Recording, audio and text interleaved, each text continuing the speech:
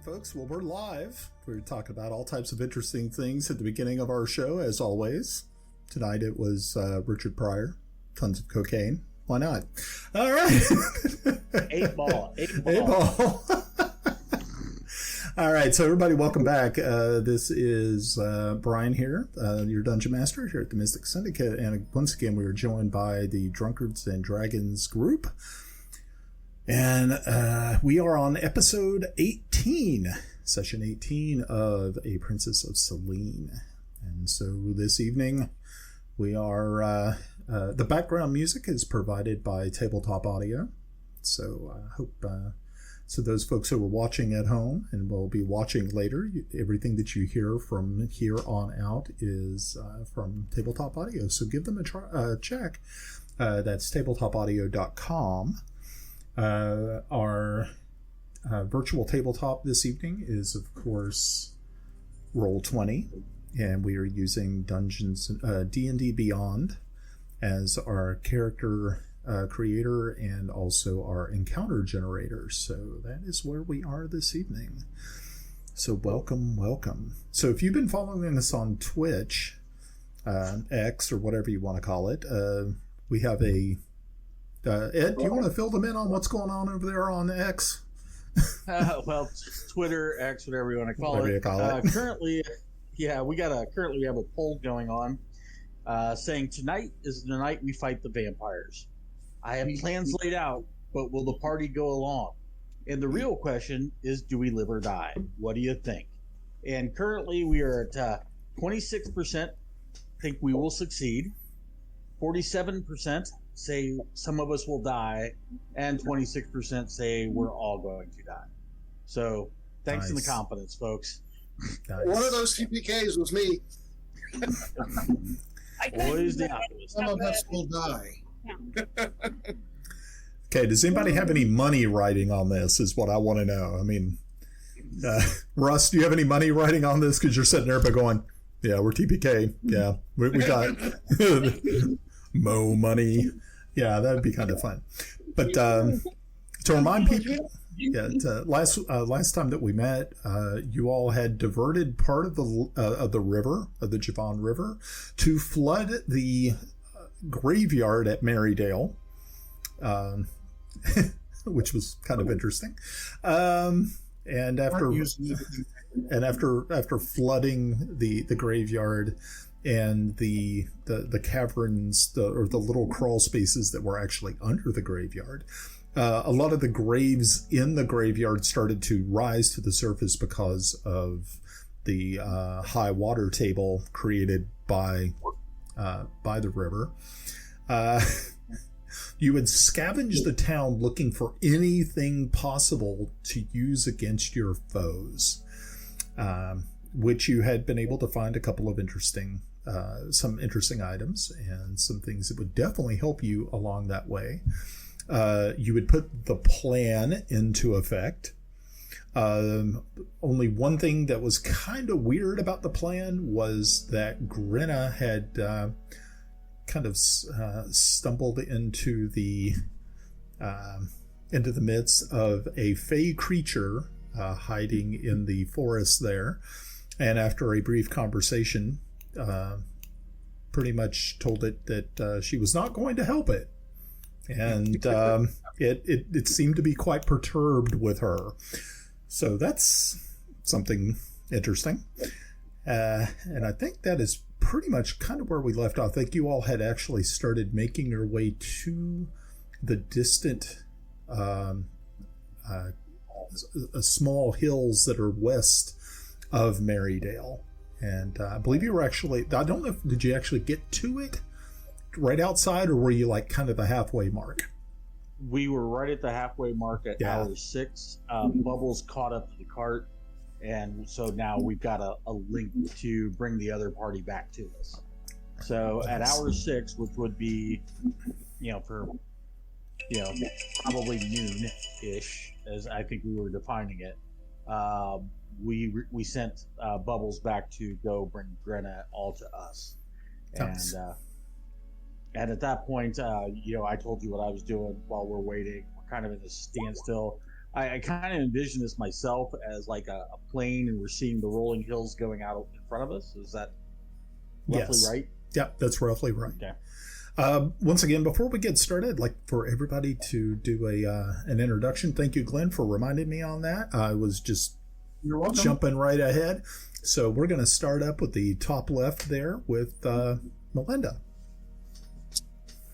I'm Melinda. I play Grenna Babbleboots, the Gnome Ranger, who has a ward. And last session, we just kind of jumped right into, we didn't do introductions either. We did them at the end. Yeah, we did them at Way to call Brian out. Good job. Well, it's like they're overrated. I mean, you know. We found the one that's going to die.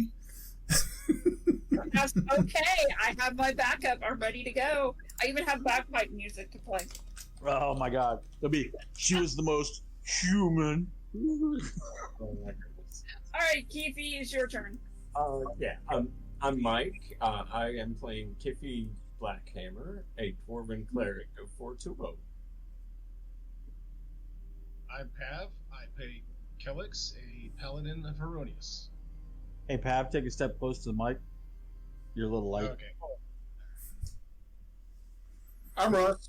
I'm playing Járngrímur, töframaður, Halldórsson, Fire Mage. Yeah. Did you forget your name?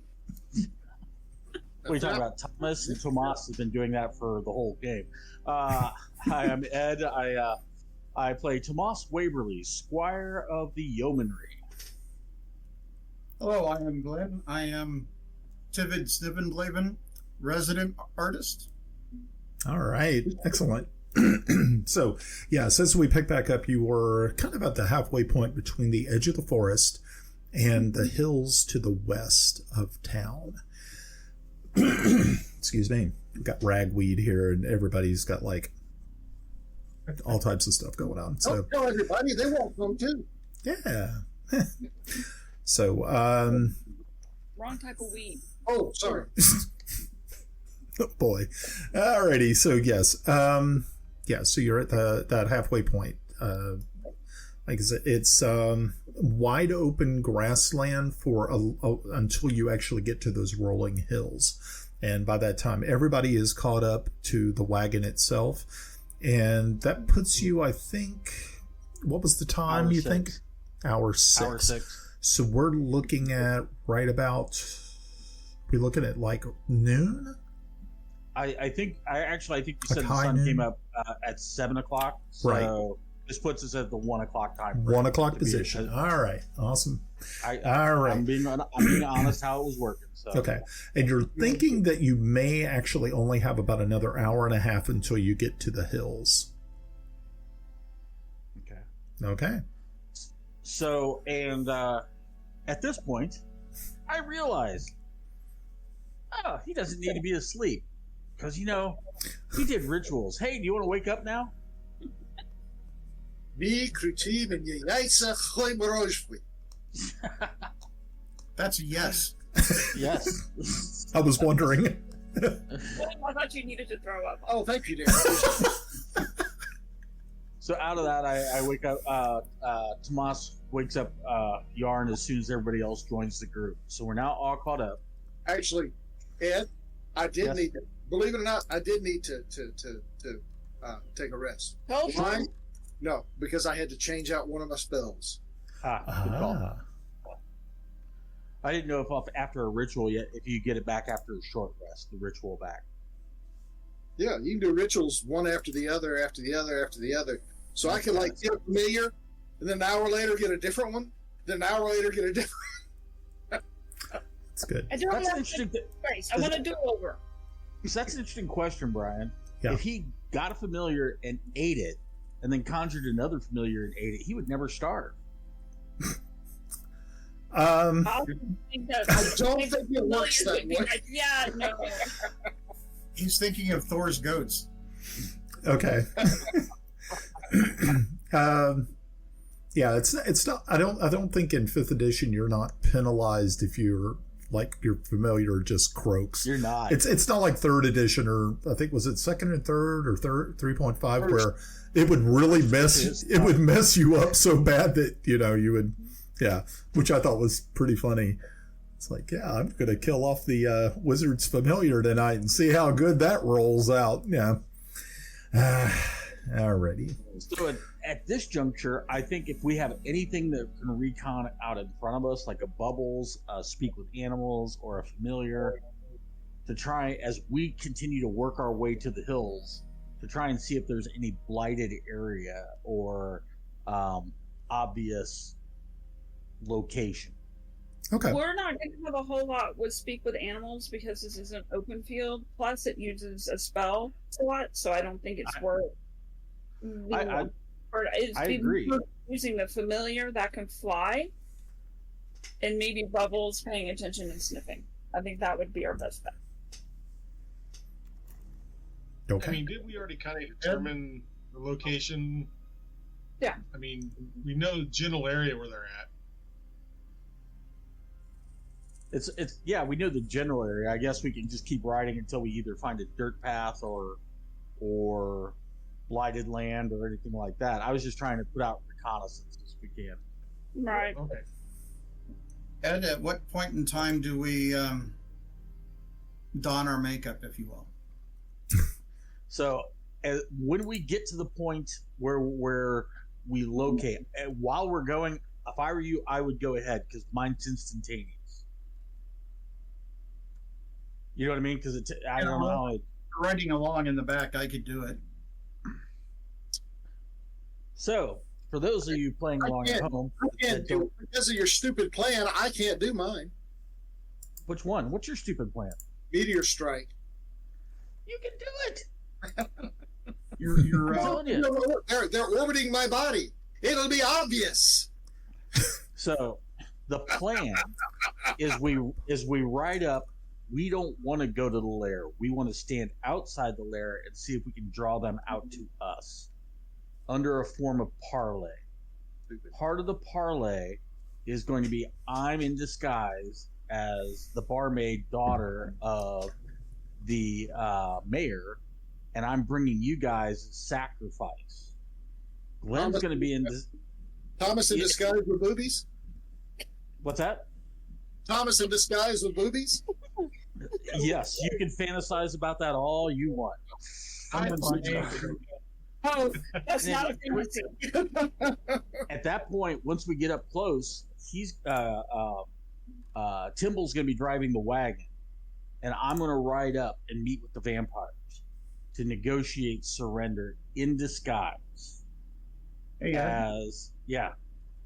when you put on the dress, do we have to refer to you as they? No, I don't have to wear clothes. It's a disguise spell. I'm going to cast disguise self on myself and disguise myself to be her. They're going to think that I'm giving up the city and bringing you guys to them. So, Brian, you're hearing now the plan that's kind of being concocted, right? Yeah. Oh no, it is TPK. You can tell he's underwhelmed. No, I don't understand standing out in the open. Are you bringing something that can outmaneuver us out in the open? It just seems smarter to kill them in their beds. Well, that would be great, but once it's dark, they're not in their beds. And if we're outside, then we negate their spider climb ability, which would allow them to maneuver around us like crazy in a room. If there's multiples, like a vampire spawn, and they're crawling all over. So if we pull them out to us, it's a stand-up fight. I think we can take them in a stand-up fight. So are we going to have people focused on the hole to try to keep them in the hole and only let out a few at a time? No, I'm calling them straight up, calling them out. So you want us all to die. Got it. All 36 of them. Okay. We'll see how it rolls. Remember, we do have the disguising myself as a Cartwright, just some old Cartwright driving the team for Josie. Right. Old man This Jenkins. is Josie Wales. Except I'm using you guys as all the Indians. The little, the Indian squaw girl that I'm probably going to get banned for saying. But, when he came around and she was shooting people too, because they're not going to expect it. They think you're prisoners. Mm-hmm. And while I'm up close, I'm immediately giving him advantage because I'm within 5 feet of the main target. So if he's blasting him, you're blasting him, you're blasting him, everybody's blasting main target. I'm just in the middle of it. I got to figure out how to get out. Well, let's hope the dice agree with you. Not a chance. Have you never seen me play D&D? And Actually, why don't you have Kelex act like he's tied up with you, so you at least have some backup? I thought about that. The most our little. I can't tell you to do that. I'm telling you what I'm willing to do. Be up close, right? Oh, okay. I can bring you up. If you're willing to do that, I think that's a brilliant addition. That gives us Kiffi as an intermediary fighter. We have Grenna and Yarn and Timble artillery firing. If anything sweeps into us, hit them with shit like, webs, thunder blast, or anything like that, and we go from there. And not to make it about Kelex, but after our last meeting, remember they had written his name in blood on the side of the thing? So I got you. All right, I brought him. Good call. Brilliant. I have problems with our two big fighters going out in front. It's not like we can move forward to keep pace with you. We're certainly not all rolling up to 30 feet of the entrance where they're within throwing range. Because we're not never ballistas back here. You're right. Because once we figure out, if we can figure out their lair, I'll sit 100 yards out, right? We don't want their lair to pour out on us. I want to bring them out in the open. If we can bring them, if we don't find their lair, we find an open pasture, we camp, and I'm out there with a parlay flag at sundown. Remember, we have the amulet if we're going to try using it to get them out. Well, I thought about that too. If you're willing to put it on, then what I could do is hit you, because my fear is it's going to read your mind. You're not going to talk to it. Yeah. So you're going to see if they can read your mind. Is it your thoughts or is it what you see? And if it's what you see, they're going to see me popping you and like, call them out here, and that kind of thing. You know what I mean? Yep. And for the record, I want to insert everything here before we start. Everybody's seen me, I think, because dumbass has seen me send coded messages, correct? Which one were you pointing at?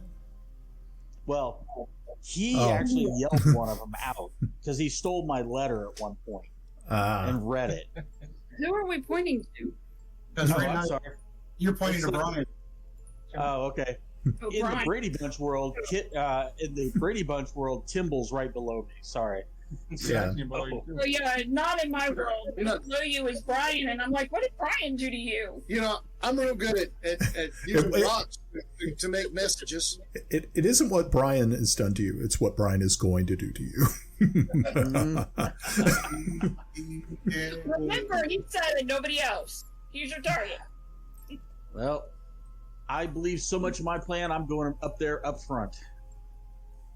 You get on with your bad self. So, are we a go or no go? Capcom, go or no go? We're here. Let's get her done. Well, what do we got to lose? Let's go. The only voice I haven't heard is my voice of logic. Mike. Everybody knew who I was talking about too. Logic? Yeah. Well. Yeah. Let's just roll with it and see what happens. The worst that's happening is we're having new characters.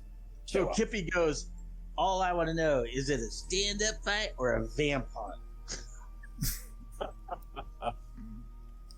I got daylight prepared, so I feel like I've done everything I can do. Cool. All right, Brian, so that is the crux, and you also know that I did something earlier too. Yeah, yes. I'm trying to remember exactly right off the top of my head who actually has the stone. Not me. I think it was. I got it from Yarn. Oh, okay. So Kelex actually had it. Okay. So can you guys still hear me? Okay. Yeah. Still light. Did I get you a little light? I'm trying to keep it because last time there was a lot of speed. Yeah. I got you. I'll keep playing around. So Kelex, what I need you to do is make a perception check.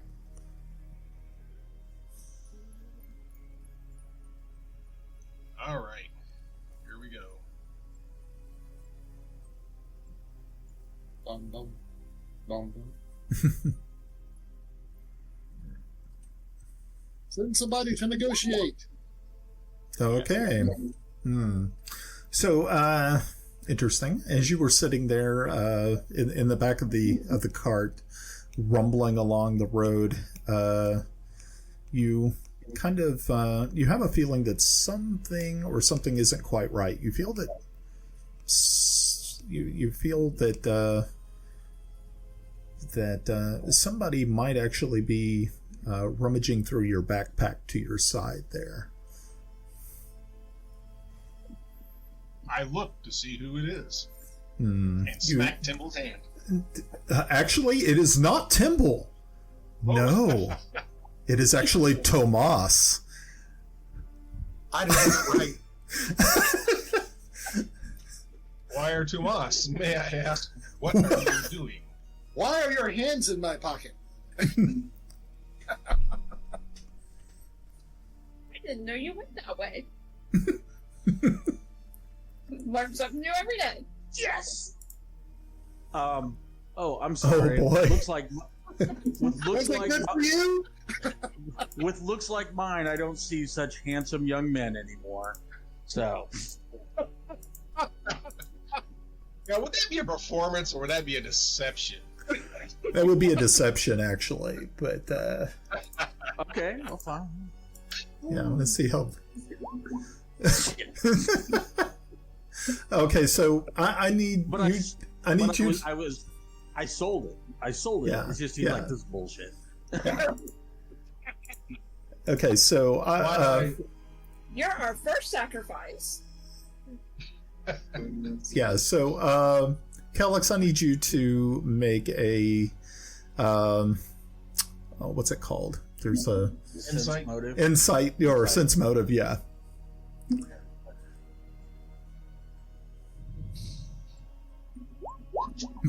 Okay. Yeah, you actually kind of believe that yeah, he's actually selling it. He's telling the truth. He is not actually trying anything inadvertent or underhanded in any way. You've known Tomas. You have known Tomas to be an upstanding pillar of the community, a business owner, mind you. Yes. Yeah. And noble and minor nobility. Oh, that's right. Yeah, he actually does have. Yeah, he does actually have that. That as English well. gentleman's disease. Yeah. There you go. Well, Okay. I appreciate your intentions or attentions. I'm sort of already taken. Thank you. Oh, okay. And like typical Tomas. Okay. Da-da-da-da-da. Nice. Okay, so while all this is going on, of course, you were drawing nearer and nearer to the outside, or actually to the hills of, to the west of Marydale.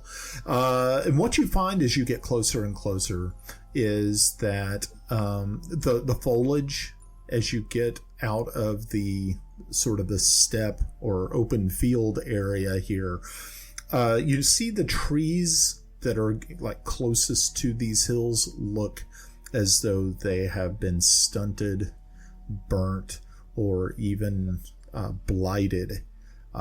You don't see a lot of there's not a lot of ground cover, and so it just looks ashy and just dead. You don't hear any animals. You don't see any birds other than Yarn's raven circling lazily on the air currents above you as he looks down upon the blighted scene. And as you start to make your way past these dead, blighted trees, you're actually following a track of a cart, an old cart track. And you're kind of thinking, remember these wine merchants had a cart, and they had been obviously bringing it to and from this area.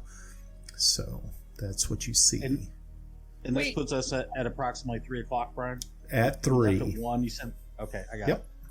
So the tracks for the cart, where do they lead in relation to the top of the thing that we're looking for? Okay, so what you're really kind of looking at is, it's not a mountain. These are just hills. Right. And I know I'm being very like local when I say this. Like in northeastern Tennessee, we have some pretty impressive, hill structures. So yeah, you're kind of looking at something like that. They're not mountains. It's not like the Smokies or anything like that. We're looking at more gradual hills, but this one that you're heading towards at about the mid range of this hill is a cave entrance. Okay, and is that where the entrance that we saw from the forest, or is this a different entrance? You saw the hills from the forest, and you saw that there were some craggy outcroppings. That is what you saw. Yeah.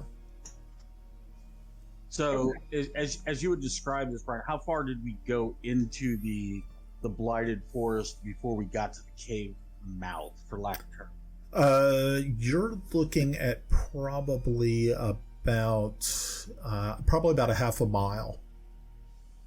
Okay. Yeah. Okay. And are these blighted trees like full-grown blighted trees, stunted, like burnt? They're full grown trees, but like I said, they have no foliage on them. The bark is falling and rotting off of them, and it looks as though they've been blighted.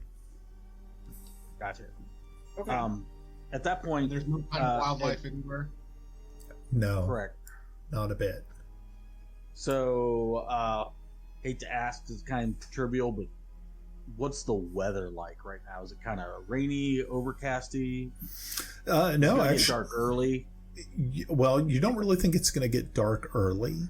You're still looking at probably an 8 o'clock twilight.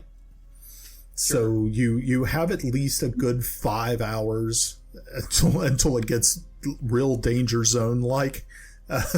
Just to kind of give you that. So yeah. Right now though, the sun is out. It is bright. There's actually not a cloud in the sky. This is the decision point. I don't cave mouth. I want to drag him out into this non-blighted area. Bring them. I don't think, for my end of work, they would expect us to ride all the way up in. She wouldn't. She would have probably stopped. Too terrified. About 200 yards away from the edge of the blighted zone. So I say we wait and then kind of burn the time to get there, or we can go into the dungeon. It's party call. I'll go with whatever.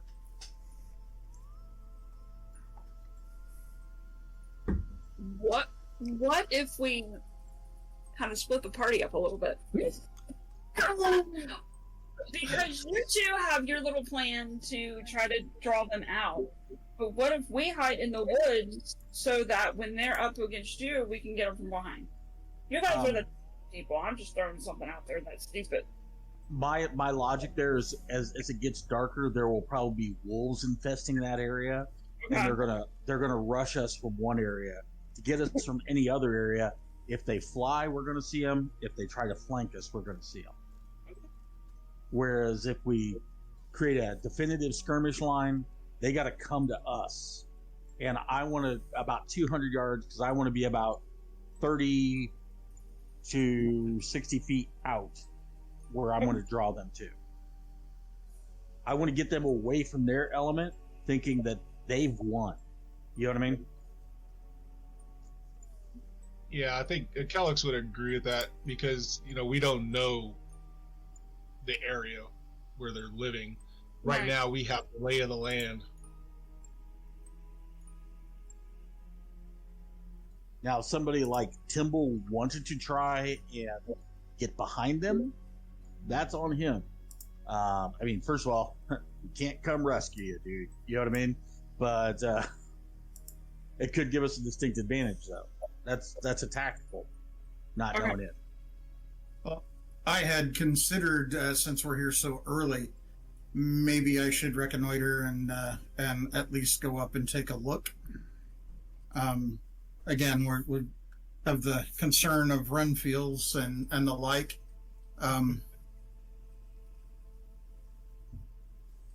We don't know what's there. We don't know what advantage we might have. I'm not so willing to stay behind at this point, or get behind them and then, ambush, as it were, from the rear, because I think they're going to be moving so fast. Yeah. I think that's kind of pointless, really. It's their advantage, and the battle line, as Ed, it's not like, I don't think it'll be, force on force. It's going to be, they're going to hit here. They're going to use their speed and ability to get around us. But they're not, like he says, not climbing walls. We didn't see the ability to fly in our last encounter with them. So my hope is they're bound to the ground just like us. Granted, they may be able to jump great distances. They've got their otherworldly speed and all of that, but we've got holy water. We're gonna have to pin them down, have Kelex really kind of hold the line. Hopefully they're really hungry for him. I think that's our best bet. He needs to be once he's unchained or whatever, I think he needs to be that big holy beacon that they fear, so that they go for him right off the bat, so that can give us the advantage of coming in out of nowhere, if you will. Yeah, all of us doing our thing. And that is 100% the intent. I'm trying to draw to me, and again, if Kleenex wants to be there, then he can be too. But if we're the focus, and they crux in, that allows you lots of flanking, and disabling while we're getting stuck in. The only thing that I would ask is, at some point, I think you have one of the silver daggers. You have the 2 silver daggers, correct? 2 of them. Yes. 2 of them.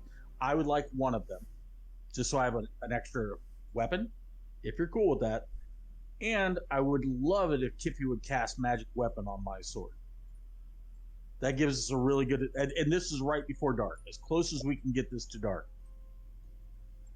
Because that gives us an advantage. And Pop, I think you have magic weapon too, don't you? Yep. But now all of a sudden we're up front. Why? Because they don't regenerate damage after, if they get hit by something. So if I can get one hit, then it's blast the shit out of everything. Yeah. Meteor storm, fireball, whatever. Let us get our first rounds, but you guys didn't start blasting the shit. Okay, so you heard him say he wants fireball. I want the corner. I just want the tip.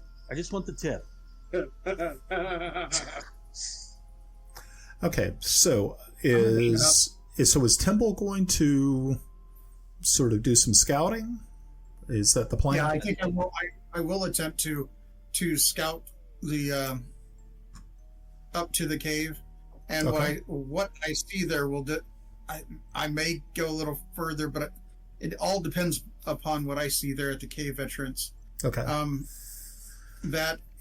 Reluctantly, I will give one of the silver daggers to Tomas, since he dual wields. That's kind of the better option.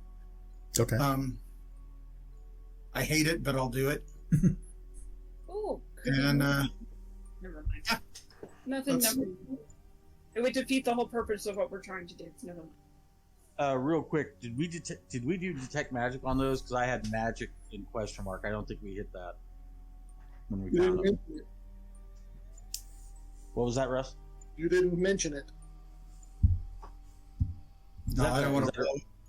That's a ritual for you, though, now, isn't it? Yes. Do we have an hour? Yeah, we got time. You could have been doing this instead of sleeping in the back of the wagon. You did what with it? That too. Yep. Okay. So Translation: you had a great rest. Detect. Oh. Okay.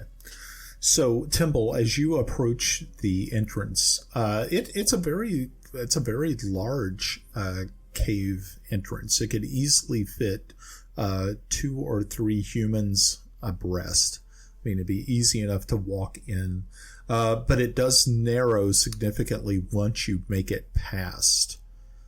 So, probably about another good 10, 15 feet in. That's what you see. That's what you see from the outside in the light that is provided behind you.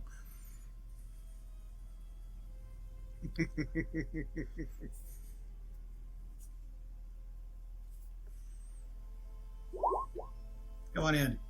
Okay, and go in you go. All right, so I'm going to go ahead and pop the map for you, so you can see what's happening. You may have to find yourself, but you are at the bottom right hand corner. Oh, I Brian see. As I'm adding on D&D Beyond, there's no option for silver weapon. Okay. We're just calling it a +1 dagger. Okay, that's fine. I got you. I don't see anything. Actually, I kind of want to go with. Well, yeah, you shouldn't. Actually, there's only one person who should be seeing something, and that is Timble. Well, saying I'm running the map, and then all of a sudden there's no map. And it's kind of like, that's odd. Sorry. Yeah.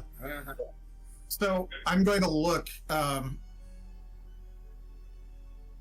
Yeah, I mean, you can move your token around. I know. I'm thinking. It hurts. Yeah. So, to which direction does the wagon trail go? The wagon trail stops at the entrance. So they just leave the animals and the. Well, remember, like I said, the entrance is easily 15 feet across, and it goes back about another 10 feet. So they actually bring the cart into, but that's where it stops. And now it narrows to that 5-foot corridor that you just stepped out of. And they won't have anything for the animals there. Probably use them as they die. Probably a bunch of horse bones there. Yep. Yep. Looking up, do I see anything? What you're seeing above you is about a 25-foot cavern wall or ceiling. This is all, for the most part, it looks as though it is all pretty natural, limestone. But as you get further in, you start to pick out things that don't seem right. That there has actually been some excavation work. In the ceiling? No, on the walls. The ceiling hasn't been touched. I mean, you do have stalactites and things actually hanging from the ceiling, but they're not very large. It looks as though this may not be an ancient cavern system, but more something that has just recently appeared. And the excavation work looks more like just smoothing of the ceiling, of the walls. The walls, yep.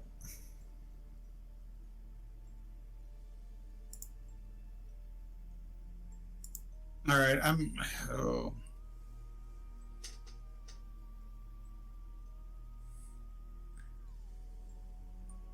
Okay, so you can see that there is a staircase that has been cut into the floor there.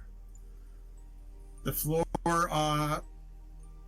on either passage. There's there's one here and there's one here.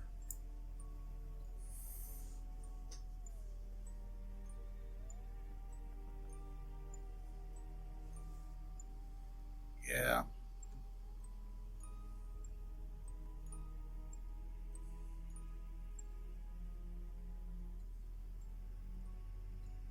Is there anything in that alcove to the top? Not that you can see. There doesn't seem to be anything in there.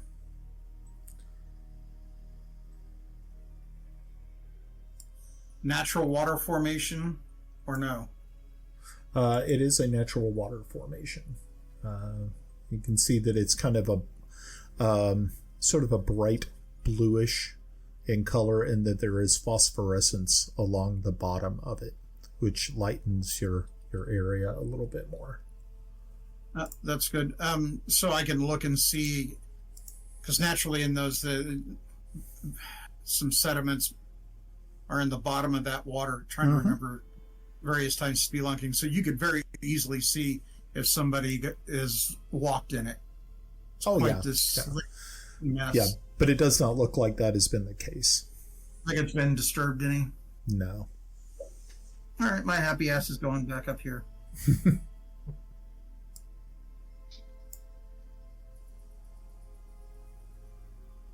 And I will move to here. Okay. I need you to make a perception check. Okay.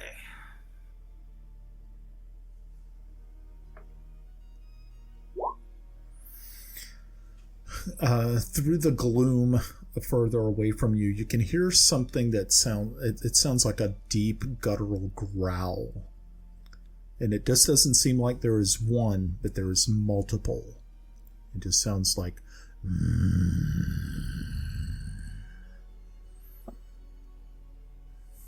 This, folks, is how you live. C'est la vie. I'm out. Okay. La vie. Okay, I will make my way back to the others, and I will... I guess I can pull some... that's a waste of paper. In the sand, I will go ahead and... or the dirt, whatever, clear a spot, and provide a map, an idea of what I saw, and the growl. Okay. In multiple sources.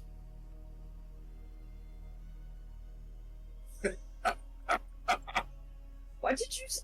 You said that, you know what I thought immediately? Decaloder.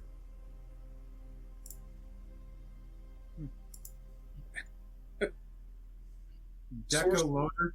Source, multiple sources, declassification, agent. Different way I was going. Oh, man. Okay, no more word talk.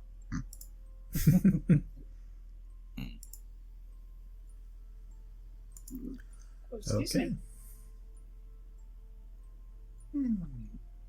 So yes, Timble comes back out and draws this very well remembered sketch of what he was able to see, and then he tells you of the multiple strange growling noises that he heard from the cavern to the north.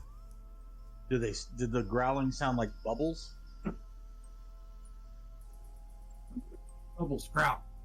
Mean puppy. You start rubbing him on the snout, and he's like... I don't know. I've heard Bubbles growl. Does it sound anything like that? It seemed even more deeper, and Is it sound canine? You know, cats have a different... Yeah, where cats would definitely have it. You're kind of thinking this is definitely canine-like, but it is not something that you've ever heard before. It's not like the growl of wolves or like a warg like Bubbles, but it seems something it just it chilled you to the bone to hear it. Yeah, lizard brain took over. I got out.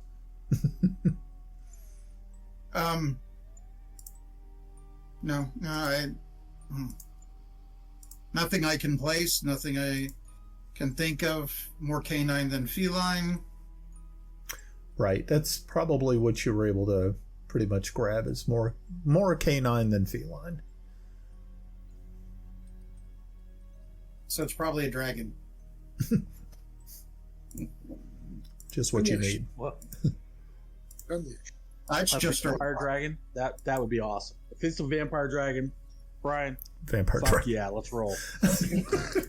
Vampire dragons. You are looking for vampires. We got a dragon. yes, fine, familiar.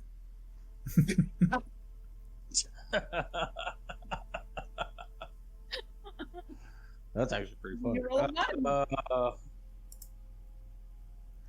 So at this point, I'm assuming, Brian, we're now pushing the 4 o'clock hour. Yes. How is Bubbles doing being so close to this? Well, Bubbles was outside near you, so Right. yeah, he's not really venturing in, but you can see that he does look a little concerned about what's happening. That would have been a pretty good idea to get him some scenting, but he doesn't have a frame of reference. He's a puppy, so. I was going to come up there with you, but you just kind of took off, so. Yeah, you make too much noise. Don't do that. Interesting. That's So obviously they have some kind of companion critters, minions, or something like that. Yeah, they've got something with them. Once we get them out, would there be a way to collapse the cave? Ooh. Or is that It would probably take some definitely magical abilities to do such. Maybe a combination of Kiffi working with Yarn to try to find structural points within the cavern itself. Kind of iffy. We need a miracle. You saying it's iffy with Kiffi? A little bit. If he ain't had a whole lot tonight. he's It's jiffy? quiet. He's contemplative. He's becoming one with whatever his belief system is. Either that or he was just muted. I'm not. Yeah. I'm not with the KG plans. I'm just here to back stuff. The KG Easier plan. to- Set it on fire. Let's make this go. Let's make it march. Bali Bali. Well, I can tell. I have a great joke. I have a great joke about putting gas in here. So, but I'm not going to tell it. And Mike knows what joke I'm telling too.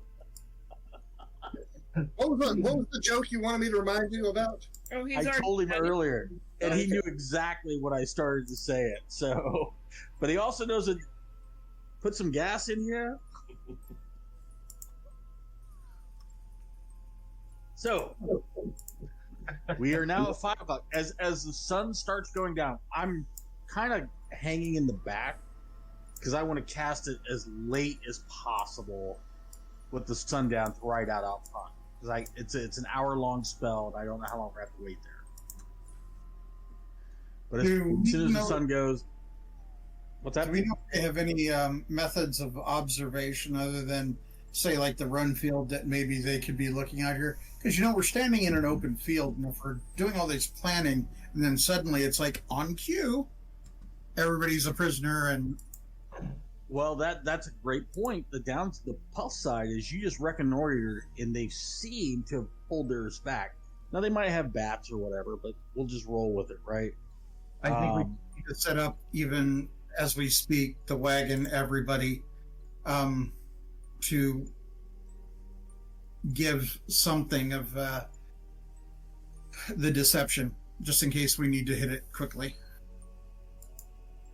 And it doesn't mean we can't do other things. It's just we need to get the wagon in place and kind of. And everybody, I'm gonna post this link. This is the combat rules for cover. Excuse me, cover. I brought the wagon along specifically for cover. So some of the lighter people in the back that are back there for the wagon, you can use the cover. Like Grenna can dump underneath and fire around. Russ is like, holy shit, Ed's actually thinking smart for a change. So, I can only conclude that I'm paying off karma at a vastly accelerated rate. Jesus and I love you, Russ.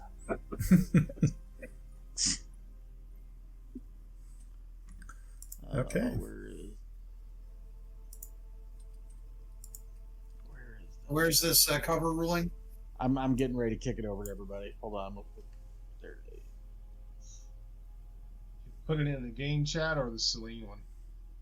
For some reason, on my home edition, the Princess of Celene chat is not coming in. So let me go down to game chat. Episode this sword for a little bit. No, put the sword down. All right, that's the rule for cover. If anybody has to reference, half cover gives you +2, 3/4 cover gives you +5, total cover that you can't be targeted directly by an attacker spell.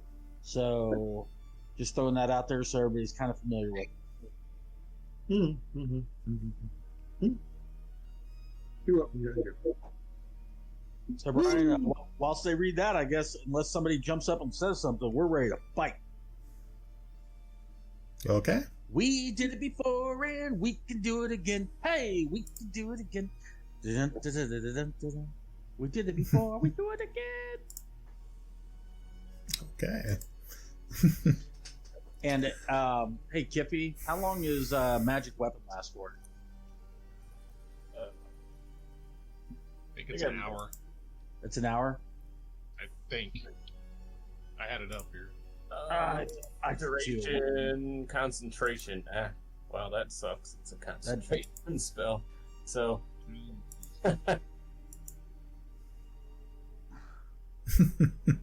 So up to 1 hour, or until I have to fail a concentration check. All right. Well, I'd say hit me with your best shot right now, and let's go with it. And if you lose concentration, that's why I've got the silver dagger. Okay. May I suggest that we use the concentration on Bless and give everybody a buff? Well, that's why we're listening to you, buddy. Can he concentrate on more than one spell or only one? No, just one at a time. It only lasts a minute, so... Bless only lasts a minute. So... Yeah. So... We're setting up the ambush, so magic weapons. You can cast Bless later and get it on people as a rear guard guy. Fair enough. Guys. Great use, but I probably won't be in range at that point. The candy corn gnome. I'm in disguise. Trick or treat. You gotta go to the cave. No, you're in disguise. You put paper. You put in clothespins through your neck. Remember? I'm in disguise. Yeah. No. I'm tiny. With your reservoir tip and jaundice semen, yeah. Jeez. Okay, so are you guys... So what's the plan? What are you doing? Tell me what's happening. The plan is to get another beer. Okay. Party members... Think about wine. I'm going to sit, and like I said, I'm done up like a cartier, a teamster or whatever you want to call them, and I'm going to sit in the front there. I will have all of my alchemical fire, Molotov, holy water, and a vial of acid on me. Actually, no, I'll have 2 holy water at my feet there at the front of the wagon as I'm just sort of sitting there, looking like my job was to just bring him here. I'm not doing anything else. So if I see someone, I will jump out and slap and throw that holy water as best I can. Okay, cool. Yeah, I think I'm gonna follow. No. You're a prisoner. I'm a prisoner. You're a fake prisoner because we have to have something to give the vampires. You're gonna give them. No, it's all. Not just you, everyone. It's You're all back looking like you're tied up like Chewbacca in the Death Star. Okay, so you're like kind of waiting to see what happens. Kelex and I are going to ride forward and be the advance. So you guys are back at the wagon. Kelex and I are moving forward. So we now know that Timble is the other person in on the joke, and he's acting like a wagoneer in disguise. How'd you do on that disguise check anyway? Did it work? I don't even know what the run is. That's deception. You candy corn. He's doing well. It's probably should just look it up in my. Nope, just says I have a disguise kit. Yeah. So lovely. What do you want me to roll there? Let's see. So you're going to use disguise. It would be a deception. So I would say that deception would be probably the best way to go with that. It looks pretty haphazardly thrown together very quickly. Unfortunately, would he get an advantage for that? You just look a little bit more like Kiffi instead of you. So That's strange. But a very wiry and smaller version of Kiffi. He's a wiry. They all look the same. They all look. All those short people look the same. Yeah, nice. Damn. The die roll for me was 16 on my screen. Oh, that's weird because I got an 8. And then it showed up there as an 8. I did not roll a 2. Oh, well. Do you have any? Yeah, you actually have a +6. So I'm that's kind of strange. I'm good with that. It's just weird. Did you roll the right dice? It's a 20. Yeah. Did you roll the right die? Probably not. Well, wait, it was a deception, so it automatically should have rolled it. Yeah. Well, it is what it is. Yeah, it is what it is. Strange things. Okay. Not the weirdest things ever happened. Okay. That's fine. I was just curious why I got. All right, so you're set up. You're ready to go. He does get to add his proficiency bonus to any ability checks. That's what it is. So he does get a bonus. Okay. All right. Looks better. Yeah, it looks like what you were trying to go for is a little bit more. You're able to put it together a little better. Dirty clothes, and yeah, I'm not. I'm not Timble. I'm someone else. Yeah. Okay. That's cool. The goal. Yes. And then I am going to cast the spell Disguise Self. And I want to look like... Let me get it out here. I want to make sure I get her name right. Lily Nelst. Okay. Daughter of Holger Nelst, the mayor of Marydale. All right. Somebody they've interacted with before. They know her. Okay. So yeah, you're able to transform your. Of course, upon more intense inspection, it's going to fail. But at least to everyone around you at this point in time, you look exactly like Lily Nelst. And I'm going to take a bandana. I'm going to tie it under my coif, and I'm going to soak it in holy water. Okay. And then we're going to ride out there with a. Can I have one of your javelins, Timble? I'm going to tie a white flag to it. I'm going to go up to Pav. I'm going to smack him a couple times. Tell him to put on the thing and say, call him out for a parlay. And I'm going to smack him a couple more times after he puts the necklace on. I'll give you the javelin. You are a greedy fucker trying to take all my weapons. You're suspect. I am always suspect. I would agree with that. Yeah, see what's going on here. We did with Russ last time. I guess it's your turn, Glenn. Yeah. All right. He clearly already borrowed my balls because it takes some balls to walk up there.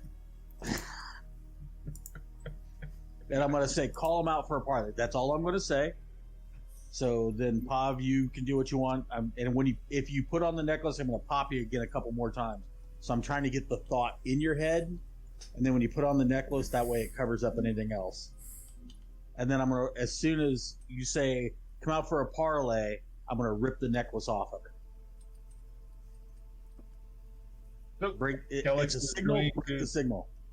Yep. Play the game. He's going to pretend like he's tied up. He's got something.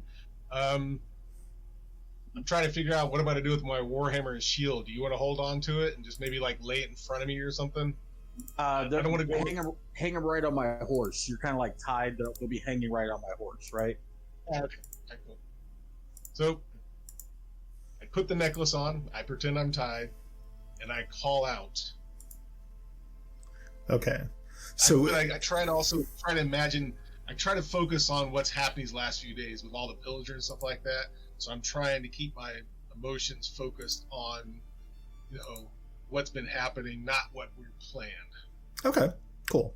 Okay, so yes, as you don the necklace, as soon as it touches your chest, as soon as it touches you, you hear a voice calling out to you in your head. One Mississippi. And it says, Nassifal, did you get the stone? 2 Mississippi. Make a perception check. Me or him? Kelex.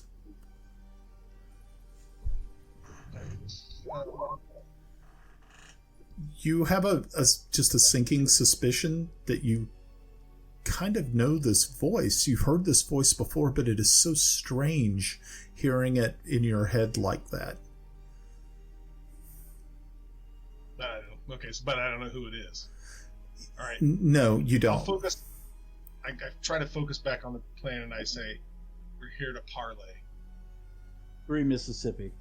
And it the voice once again says, "Is that you, Kelex?" And this time you understand exactly who it is.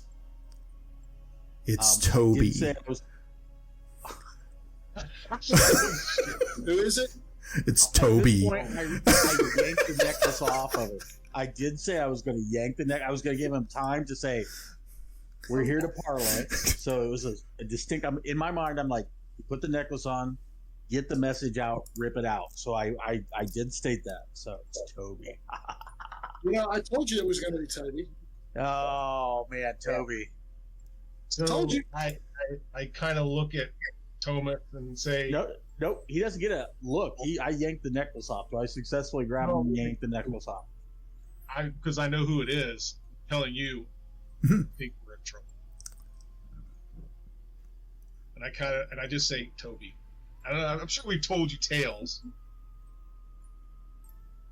He's nothing. This little dude runs around with a funny stick. Did we hear him say Toby? No, we're 30 Nope. feet away. Yeah, you guys are a little. We have range. Quick bio break. You guys figure it out.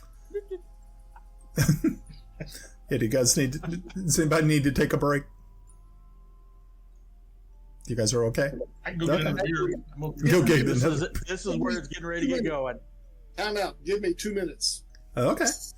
Yeah, if you guys need to take a break, need to run and go get tea, something to drink, and everything, this is probably a good place to do it. So let's take a 5.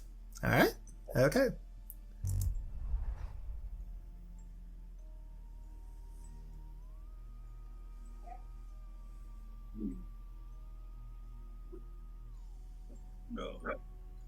So, I don't understand. How far away from them are we?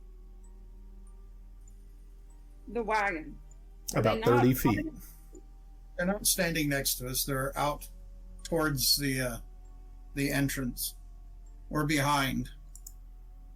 So they went into the dilapidated. They did not go in. They're out in front of it. They are out. He said 100 yards, and so we're a good ways back from the entrance. Okay.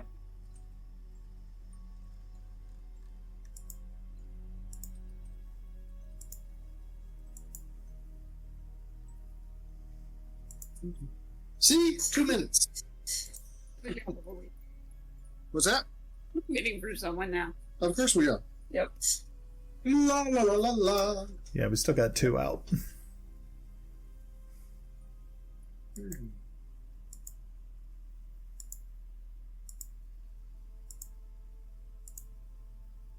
Well, now that I know it's Toby, I'm voting for TPK. I know. No, you don't vote for that. This is not good.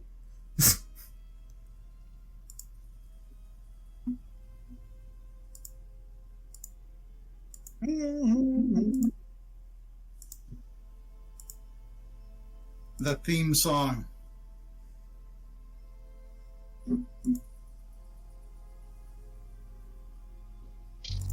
Oh, it's not playing there.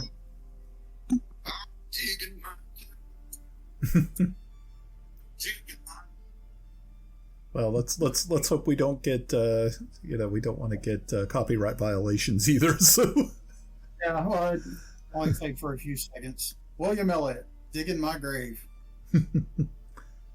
I think you get 8 seconds. Yeah. Oh, good Lord. Well, I guess this is a good time to check my mouse to see if anything ever came back. Sorry, Well, I had a dog that was giving me the look. Uh-oh. So, are we okay to start again? Are you ready? All right. Yep. So, we're back. Brian, Kelex. Oh, sorry, Kelex is going to act, because he's probably been injured something. He's going to cough. What did he say? I'm coughing. Ariel. Around. So everybody else will know what's coming, or could come. Ooh. Ooh. Okay. So I guess as you're standing there, Kelex is just kind of wide-eyed and like, uh-oh, this isn't you weren't definitely not expecting what you heard. So that still does make sure you take a couple of steps back, thinking of the possibilities. The last time that you had met him, it was a pretty rough situation. He probably wants his finger back. I just envision this as that episode of Friends where Ross meets the other world, alternative world Ross. Nobody watches Friends. Jesus. Never mind. We like quality entertainment. Well, yeah. It's quantity over quality. For the record, I don't know. I kind of know that I've heard stories about Toby. I don't give a shit about him. Oh yeah. I think they make half of them up anyway. There's no way they could do crazy shit like that. Are you trying to cheer me up?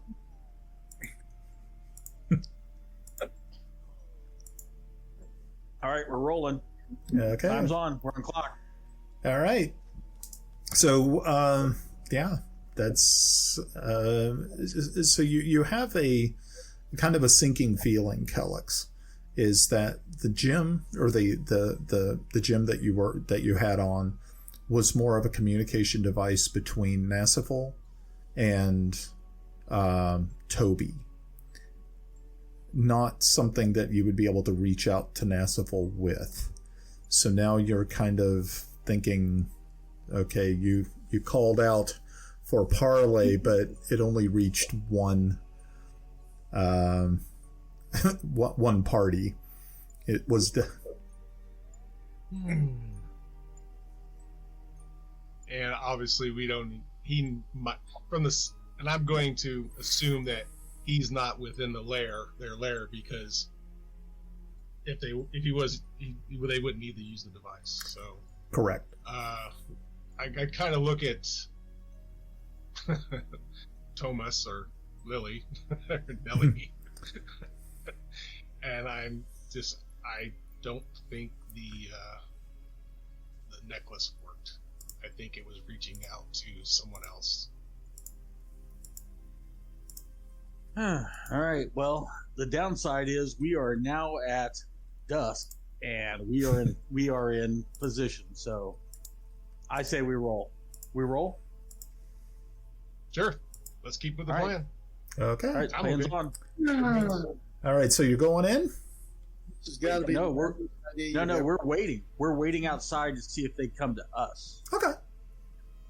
And I'm out there right out front and in disguise as a parlay with a white flag. Okay. Show some leg. What's that? Show some leg.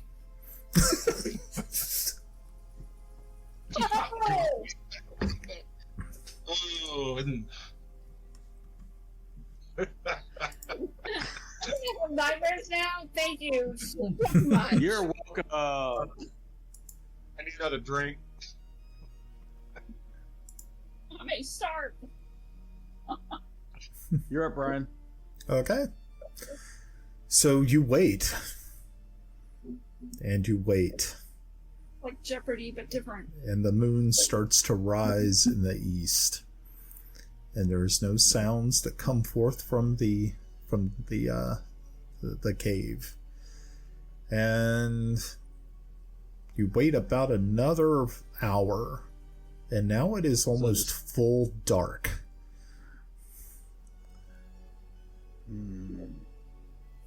Is that an hour after dusk? Actually, you're about 10 minutes after dusk.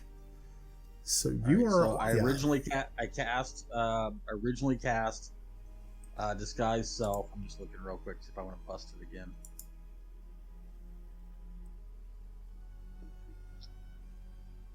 Nope, I'm flipping to plan B in my brain. Okay.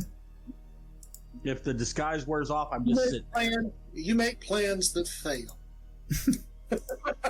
Well, you got to think it was a pretty good thought out plan, but now I'm sitting there. I'm just sitting there with him still looking like a prisoner. Nothing wrong with being creative. You know, this. No. Creative is great. Effective is better. Okay. I'd like everybody to make an intelligence check. To say if this is a dumb idea. Screwed. Characters or players? Too late for us, I mean. I actually would like to cast a spell, if I may. Okay, that's totally up to you. Wait, I can see. Never mind, I don't care about you guys. Wow. I feel so loved. You should.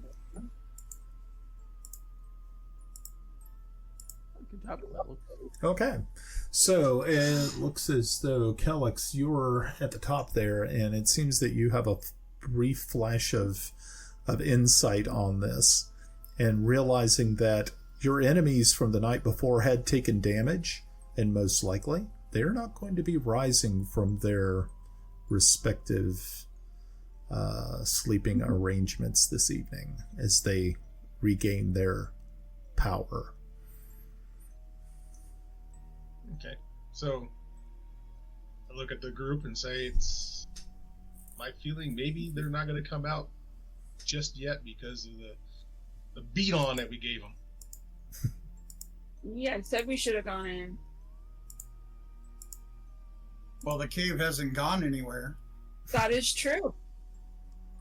That is true. Yeah, I think maybe we should just go ahead and, I mean, we don't even know if this is the only entrance.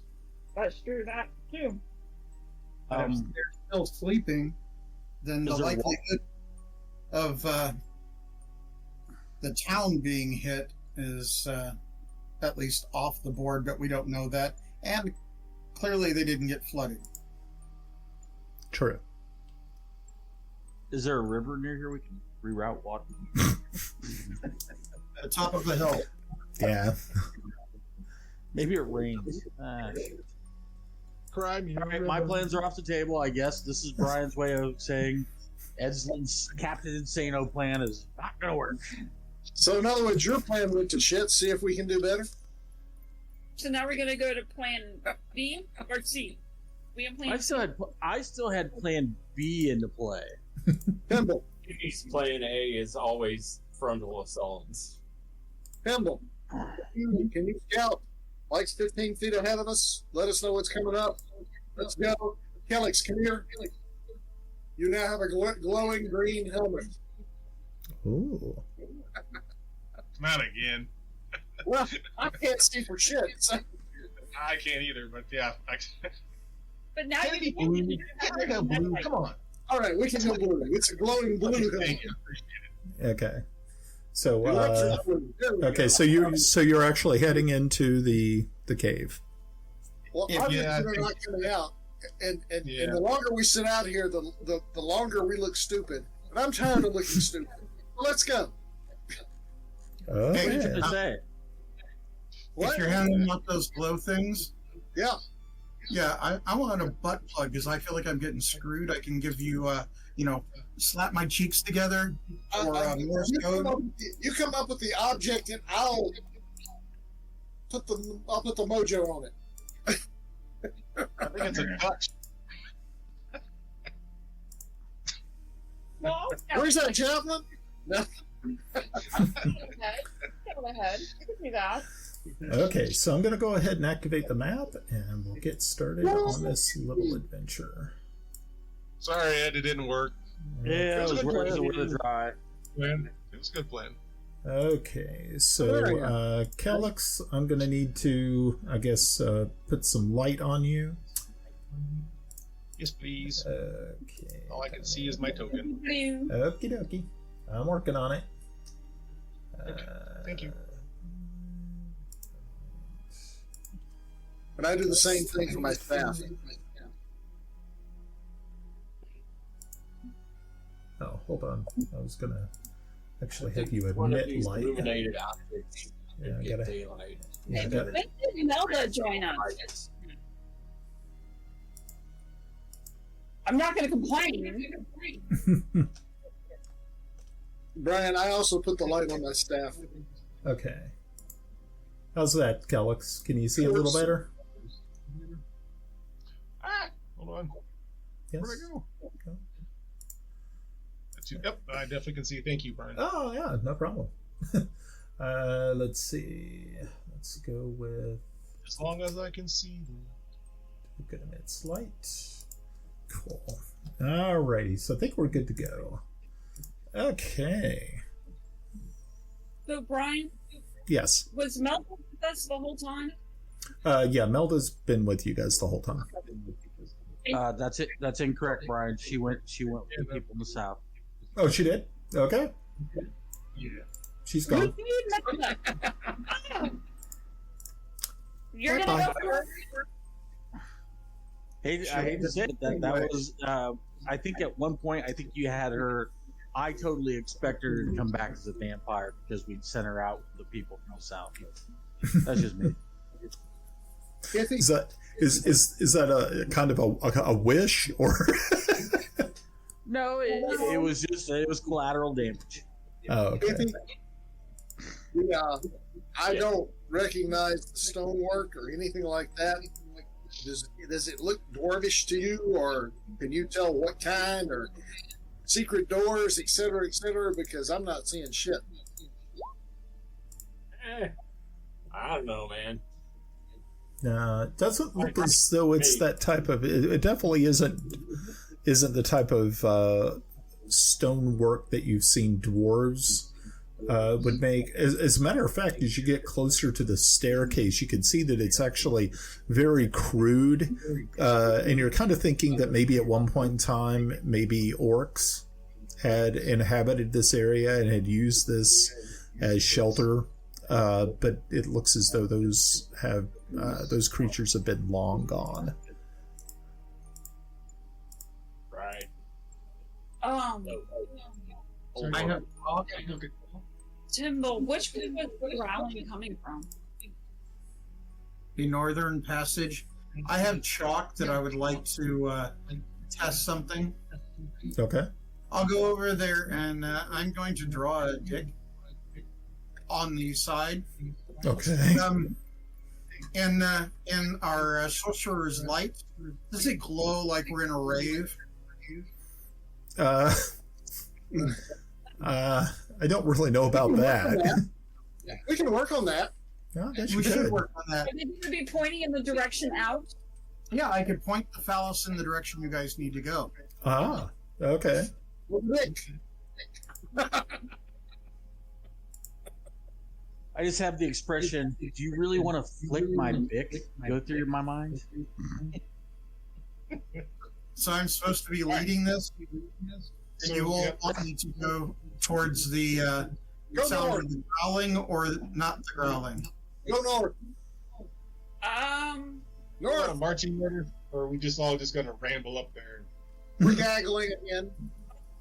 I think No, I actually think there should be some type of, because at some point we all kind of clustered to fuck up. So And I also, are you all trying to move quietly? yeah. Why should we try that? That's what It's I just thought. one more chance to fail. Okay, Just It's been a if pretty that's the case, I'm going to be back here. ability. Kiffi is not capable of moving quietly, so he's not even going to try. Okay. At least he's not singing. I mean, yeah. I'm going to try to move so quietly that I create a sound vacuum so Kiffi sounds quiet. Okay, somebody's doing feedback. Clank, clank, clank. Yeah. Not Timble. It's me. Okay.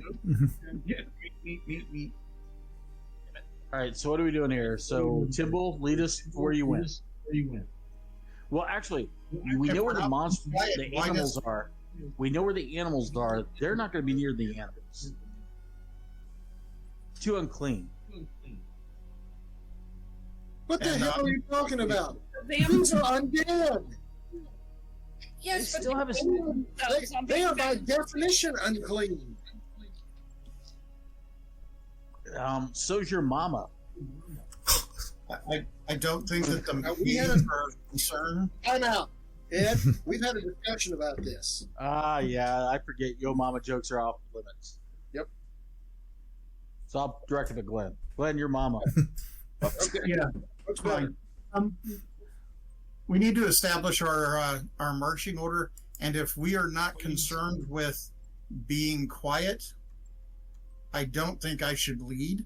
I think somebody else should. Because if we're not concerned with being quiet, you just clank your way in there. Yeah. go first because I can see. Better for me to be in back to be able to Lady boys. go and visit. You know, Yeah. But hide that part is, you're the smallest, so you can hide the best. from the back. From the back. That's where I knew he was going to go. All right. Well, I'm gonna go. Coming with me. Look, it's a passage. All right. So So Glenna's going here. Kelex, go. Tomas All right, I'm is like- behind her. I'll be here. I'll walk on this kind of next to Kelex a bit, or Thomas. Is the big white wolf leading the humans? No, he's hiding. Make perception checks as you get to that landing. Roger. Oh, that's not the right one. Oh, Nice. Wow. Good job, Grenna. Perception. All right. She makes perception. So Hey, there's a Grenna- landing. Yeah, as you hear a Wow, it's over there. deep, I can't hear even Ryan. Okay, so you hear a deep, deep growling noise, and Bubbles standing next to you kind of gives a soft whimper and looks up at you expectantly. Fix it, Mommy. Does it sound like anything I've ever heard before? Make a perception check. Or not a perception check. Make a nature check.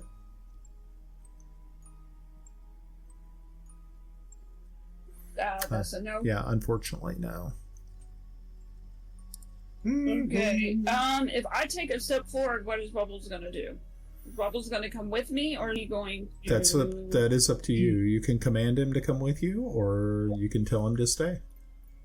Can I make a nature check, see if it's a natural sound, or is it like a... I would... It sounds like it is some sort of natural sound, but yeah. Creature we don't know. Right. Got it. So my question was taking a step forward. Without asking Bubbles to come with me, does he come with me, or does he stay where he is? What is his natural instinct is what I'm looking at. Well, I mean, you have been working with him, trying to get him used to this type of lifestyle. Right now, he's kind of more than willing to stand his ground. Okay. Did anybody else notice the noise other than obviously Timble because he knows it's there? Yeah, Timble was expecting it. Everybody else, though, not so much. Moss is up front. I just know it's natural. Okay, I'm going to tell everybody that there's a lot of growling coming from this way, and I'm going to go see if I could quietly take a look. And I'm going to leave Bubbles here.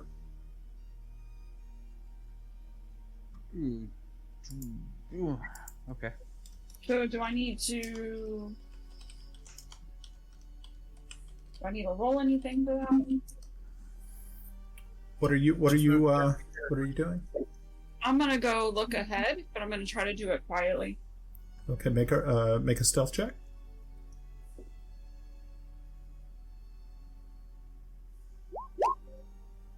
Okay, you can give it a try.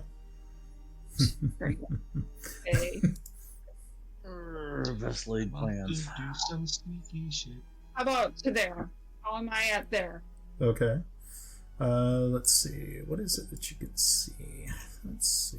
What's the yellow thing? You're not really too sure. Oh, that's not good.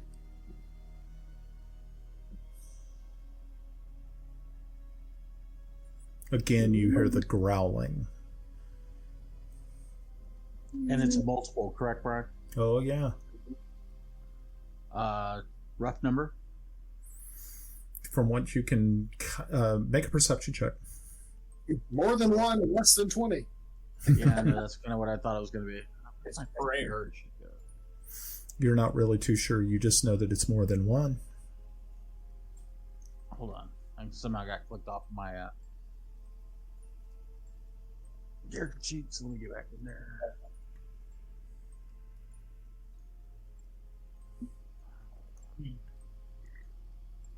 Perception. I'm gonna get some jerky out and give it to Bubbles. Try to help calm him down. He calms me down like jerky.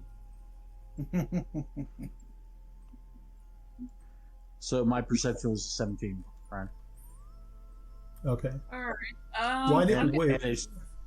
Oh, okay. So she remember when she moved up, we moved up with her. Oh, So okay. I'm hearing the noise down the hall. Can I discern how many there are? Is it more than 3, 4? You're thinking it may be 3. You're not really too sure. All right. I'm going.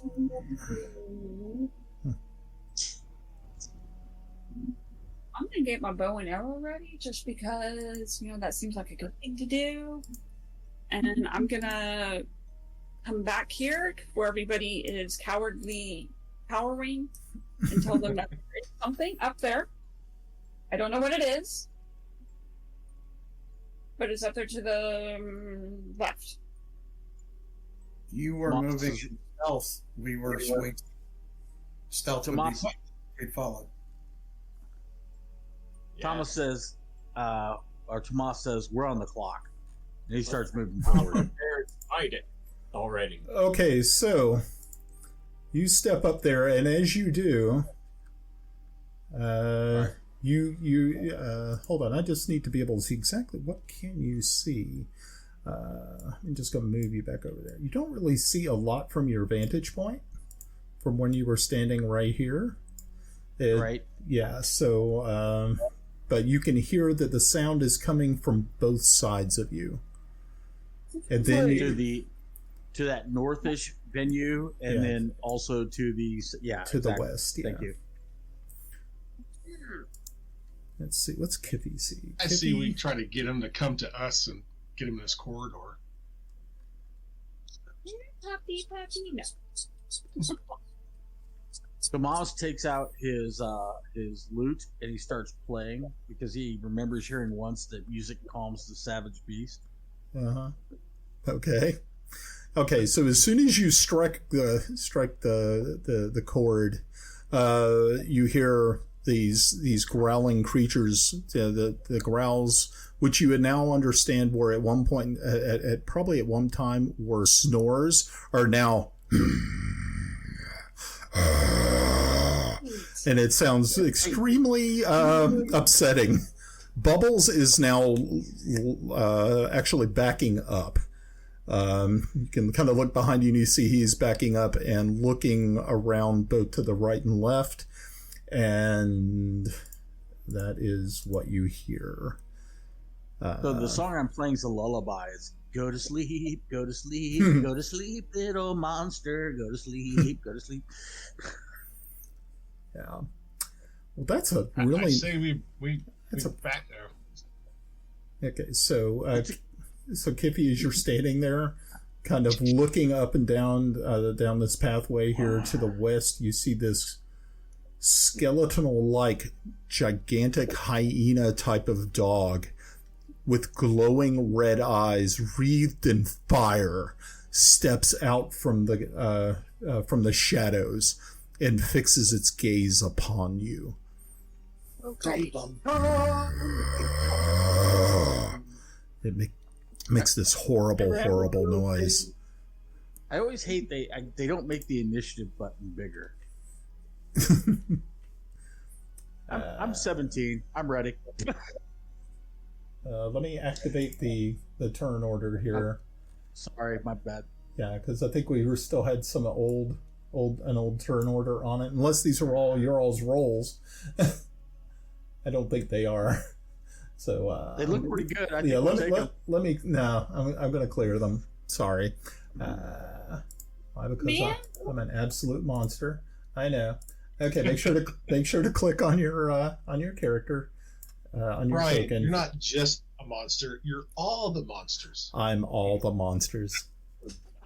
Good roll for once. By the way, that is an awesome movie. If you want to see All My Zombies, that's a great movie. Now I got a crappy roll again.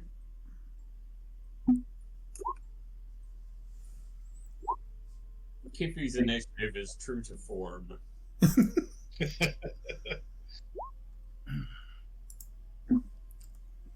All right. Very good. Somebody watch the rear. They're all around us, man. Game over. Doing it from orbit. It's the only way to be sure. We should have been sure. Well, I don't know if you've been keeping up on current events. Okay. So some of you are unable. Some of you are actually unable to see it, or some of you might. Yeah, like with hold on, Tomas, you would probably be able to see it wreathed in fire. I'll go ahead and give it a little bit of light so that you guys can kind of see what we're talking about here. Hopefully. It's not going to have a lot of bright light, but it's going to be at least something. Don't know if you'll be able to see it or not. Okay. But yeah, it kind of illuminates its hallway. And by the way, do I notice a dip in the hallway to the south? This area here? Currently I have it's blacked out in there, so I see him. Yeah. And I notice like a dip. Is that like a passageway or is that just a dip? It's just a dip. Yeah. Okay. I can't see it, so I'm just making sure before I make my action. Cool. All right.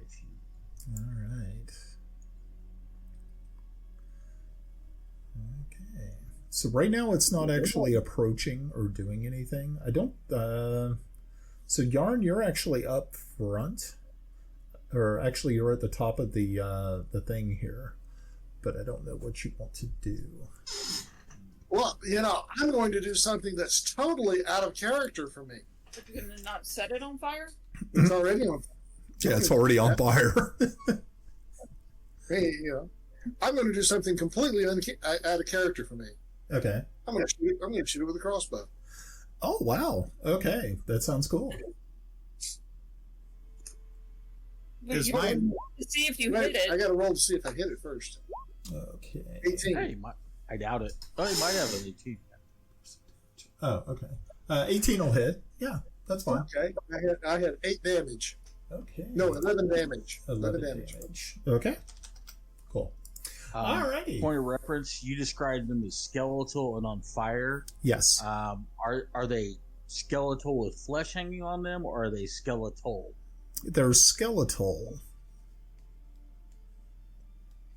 The reason Do we know what they are? They ain't been eating good lately. You'll need to make an arcane knowledge check. Ooh, is that everybody? If it's untrained, no. If it's trained, please feel free. Yeah. Woo, yeah, 20, baby. I don't have a clue. Okay. Oh. Alrighty, so yeah, Grenna has no idea. She is just standing there, mouth agape, looking at this horrific visage before her. Tomas and Yarn and Kiffi, you all recognize these almost immediately as soon as it steps out from the shadows. This is a hellhound. This is a particularly nasty creature. Pretty much considered. Is his name Thorn? It's considered a fiend. Yes. Yeah. So they're particularly nasty. Yeah. Off the top of my head, fire. So. I'm so glad I shot it. So Kelex.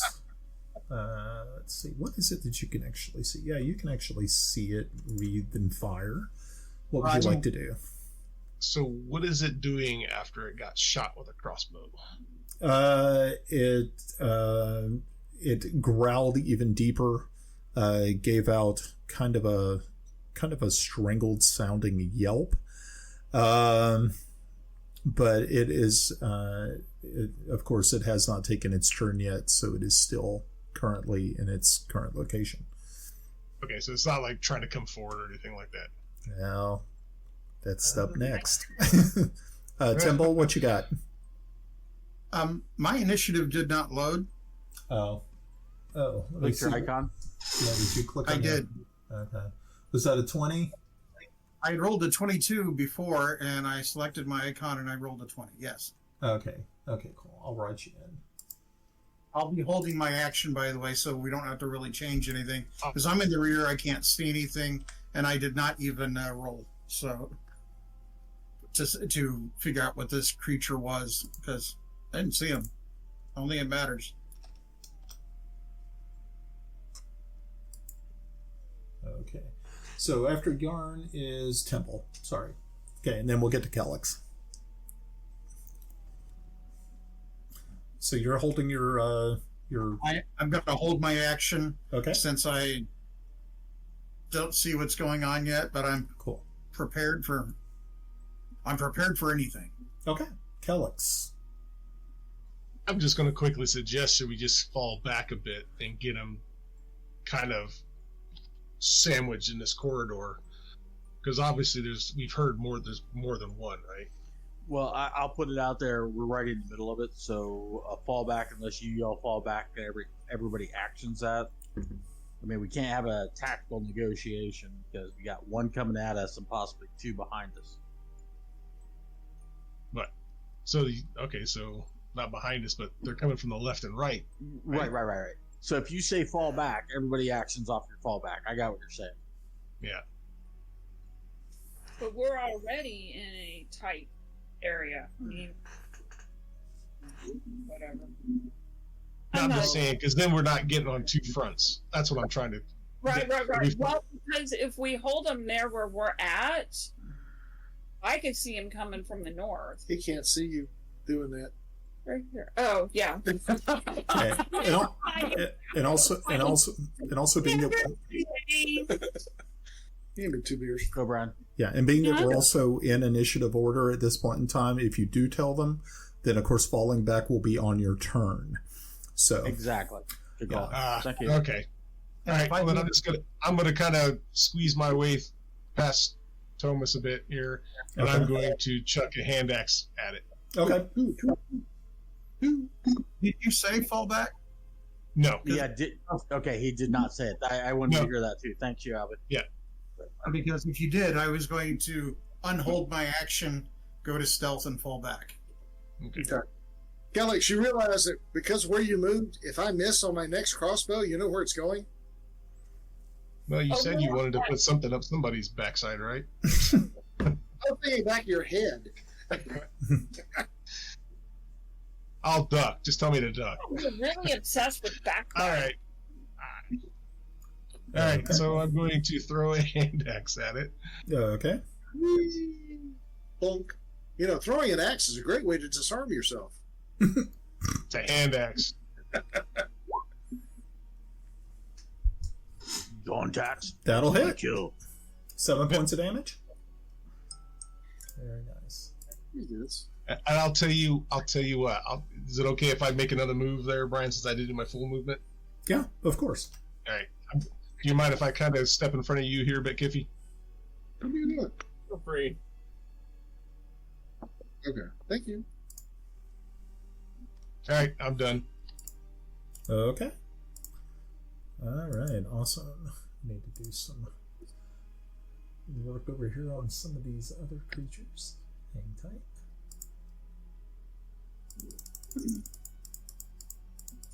Don't like the word other creatures. Wait a minute. Some of them important safety tip there. Well, right now we only Important have safety tip. Some important safety tips. Yeah.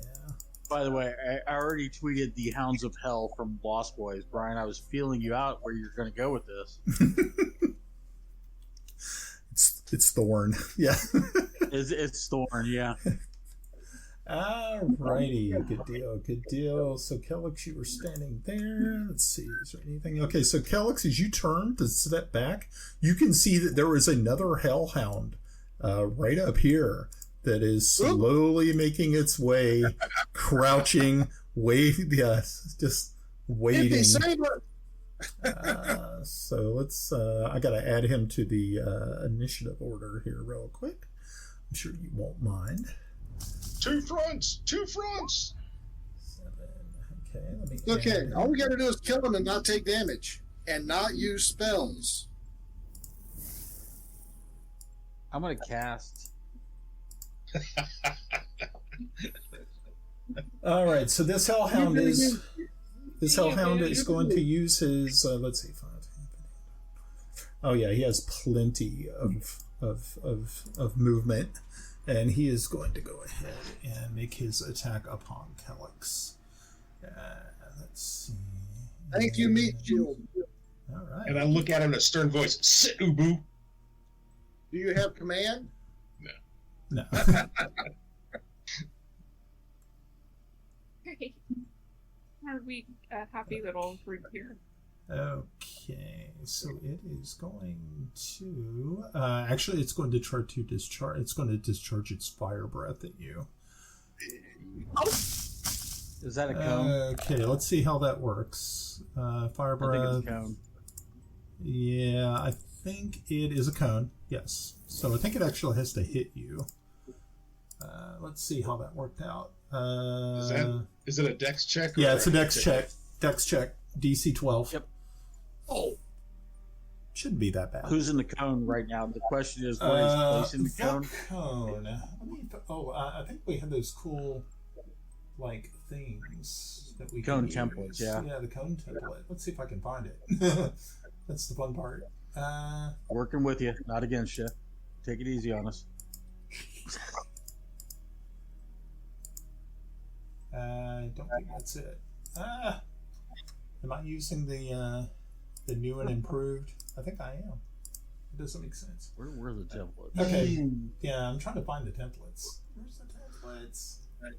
I mean, basically, Brian, if he's putting the cone up the passage, then it would hit. Okay, so it would hit you, and I think. Well, let's see. No, I think it would be Kelex and Kiffi for the most part. Right, that's where I was going. Depends on where he goes. If he hits him from the left to right, then it would hit me. If he goes right left, then I got you. Okay, cool. So Kelex is able to make his dexterity save, but it looks as though Kiffi did not. And so let's see. No. So Kiffi. Okay, so He's on brand. okay, so Kiffi. Kiffi, you're going to take 10 points of damage. Saving throws are not your thing? No. Kelex will take 10. Kiffi will take 21. Holy shit. He just dives out of the way just in time for you to get the full effect. So, Brian, Yes. with my shield master feat, I get the reaction. I can use my shield Okay. to actually block the effect, and I don't take any damage. Okay. So you take no damage, but unfortunately, Kiffi is going to take the full on brunt of the fire. Very nice. Basically, you were phasers down when they tried to take over the Genesis effect. Everybody moved out of the way. You know, Ed, I'm a Star Trek nerd, but that's reaching, man. Last Brian? night, I just Yes. watched the whales be saved last night. We're looking for nuclear vessels. That's right. Sounds like Brian? Rush is. Yes. Sounds like Russ is Russian. Now that I see fire, Yes. I'm going to stealth, Okay. and I'll move over here and kind of. I think I want to be here and tuck myself in behind the rock, but look Okay. up and out. So I'm leaning and looking. And you want me to roll a stealth check now, or when it's important? Well, we're in initiative order, so you have to actually wait till your turn. I held my action. Oh, you did hold your action. Okay, very good. Okay, you're right. So yeah, you can do that. That's cool. And you will have stealth of 20. Yeah, 23. Good. Okay, cool. All righty, good deal. Squire Tomas, what you doing? As you saw this gout of flame shoot from its skeletal maw.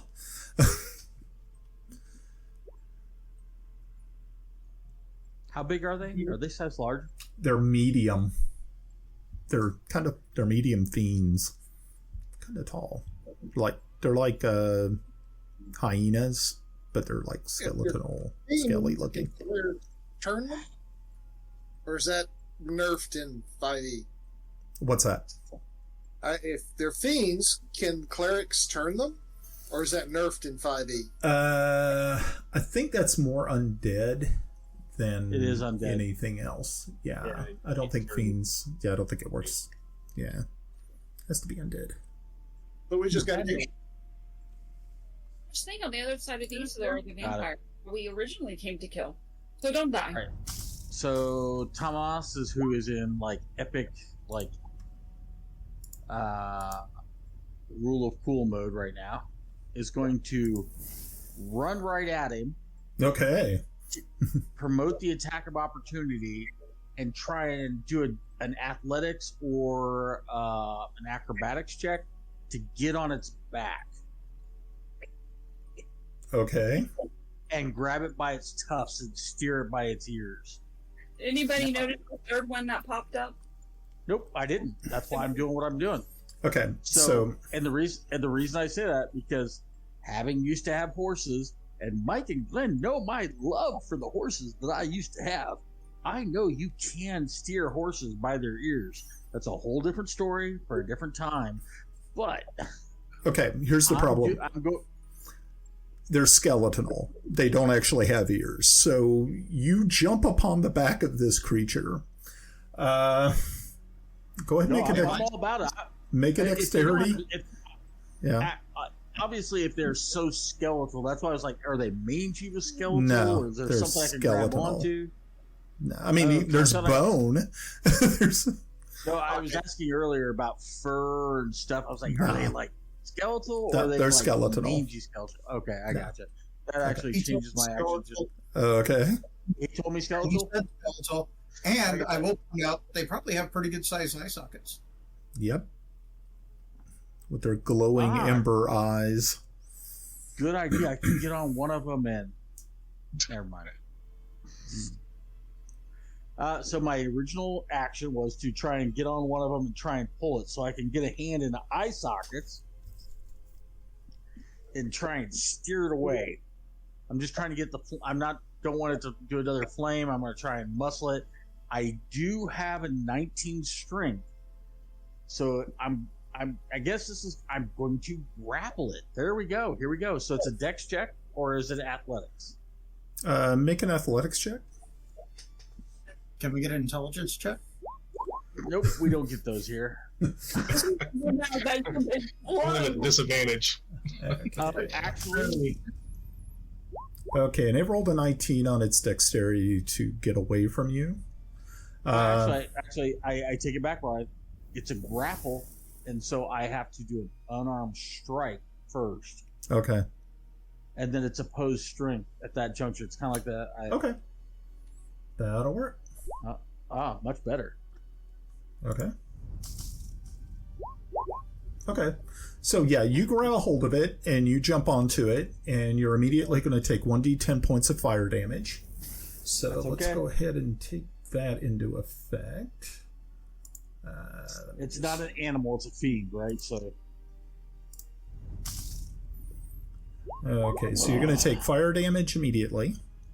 Okay, I got it. So yeah, you're grappling it. It is still up though.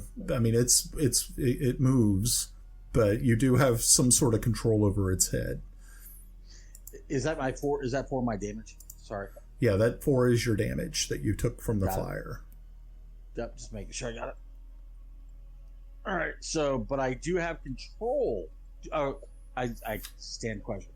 I've got my hands in it, and I'm like, forcing the skull. I've got control of the creature, right? For the most part, yes. Yes, it is grappled. Good. Okay, that's my turn. All right, Grenna, it's your turn. Oh my gosh. Gonna die surrounded by a bunch of idiots. Okay. Here we go. I'm gonna do... I'm only counting one so far, so. I'm gonna shoot it. Why are you calling Glenn an idiot? To the ground, so maybe. Okay. Nice. Wow, very good.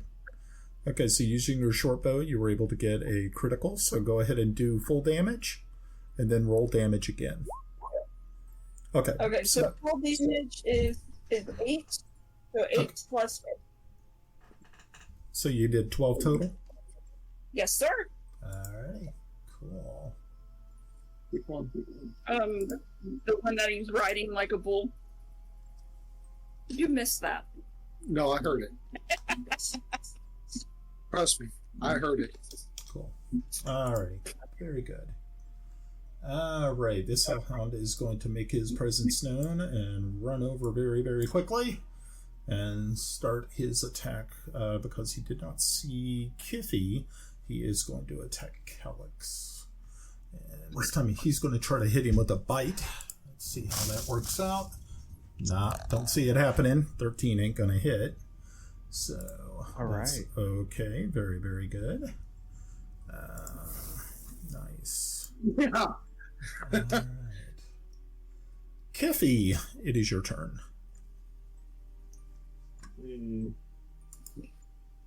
Well, quite the situation. Kill it. It's not a situation that's unusual for us. And would that be situation fucked up? That would be the rolling of death saves, which I've been doing pretty frequently. Last session, so we gotta make it for it this session. All right. Mikey, you have to live long enough to do death rites on me should I die. I don't want to be an undead. Yeah, that would be inconvenient for everyone involved. Okay. Well, I guess since I'm in melee, casting is not going to be a thing. I guess I will have to attack this critter here. That's right next to me. There's two next to you. The one on the left or the one on the right? Well, the one that's immediately adjacent. Okay. Okay, well. Hold on to your butts. With the backside. What is that? Nice.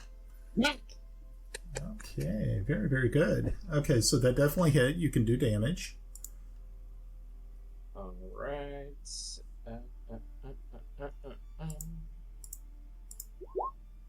not true. 9 points of damage. Very nice. All Okay, right. very good. And I am going to do my War Priest thing and use my bonus action to make another attack. Okay, very good. No.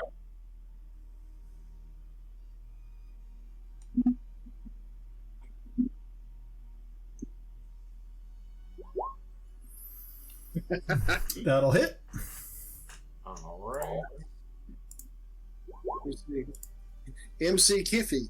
And 13. Kiffi doesn't like to get seared. Yeah. All right, very good. Okay. He's got he's got two turntables and a Melinda bone. Right. That's it for me. Okie dokie.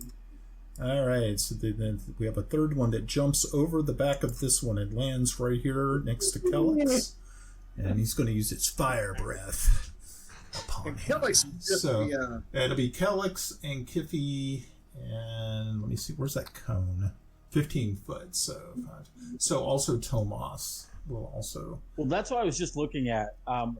I'm on its back, so I was trying to place it a little bit better, but he's kind of in between because he's You'd be like right here, so that's still within. Yeah, Yeah, I got it. I'm a partial. I got it. All right, let's see what happens. Okay, we need to make a DC dexterity saves, folks. 12s. We need some 12s. 12 Kiffi. Good deal. Tomas with a 20. Not so much for Kelex. And Kelex With a 7. Oh, shit, really? Okay, so Kelex, you take 25 points of damage. And the rest of you are going to take... let's see, 12 each. Oh, There's 4 of them. 4. There's 3. Yeah. 4. There's only 3 here. 1, 2, 3. Oh, okay, 3. Sorry. And what, do you want another one? You want another one? No. One more. I'm expecting Timble to start screaming, another one, there's another one. So, when I see my Hellhound, did he appear to take the damage? No. Yeah, he doesn't take fire damage. He's immune to it. Well, yeah, I realize that I'm playing in character as opposed to out of character. Yeah. So I see he doesn't take damage. Oh, yeah. Like, holy shit. Yeah, he doesn't. Like, oh, damn. Okay, so.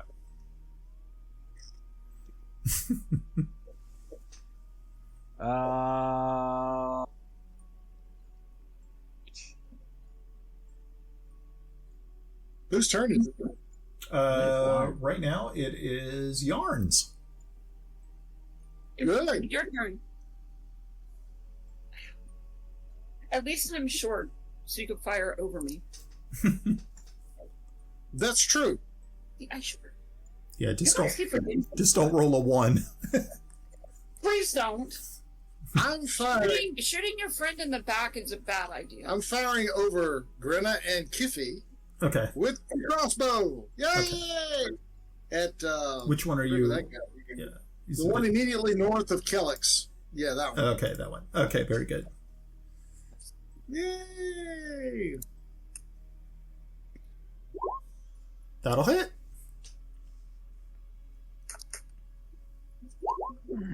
9 damage. And 9 damage. Very nice. Good deal. All right. Timble, you are back there. No, wrong one. No, that's right. No, wrong one. Well, I'm going to move You're right. there if Okay. there's enough space. We're both small. Yep. Where's Smiley? And which one is Kelex fighting? Kelex was fighting this one. Okay.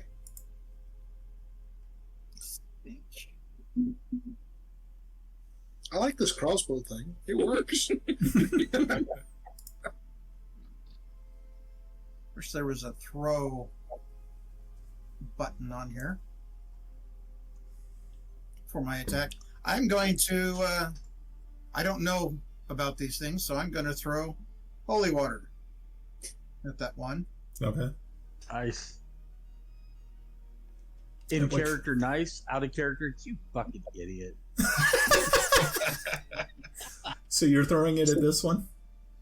Yeah. Okay. Yeah, I'll just throw. And Alrighty.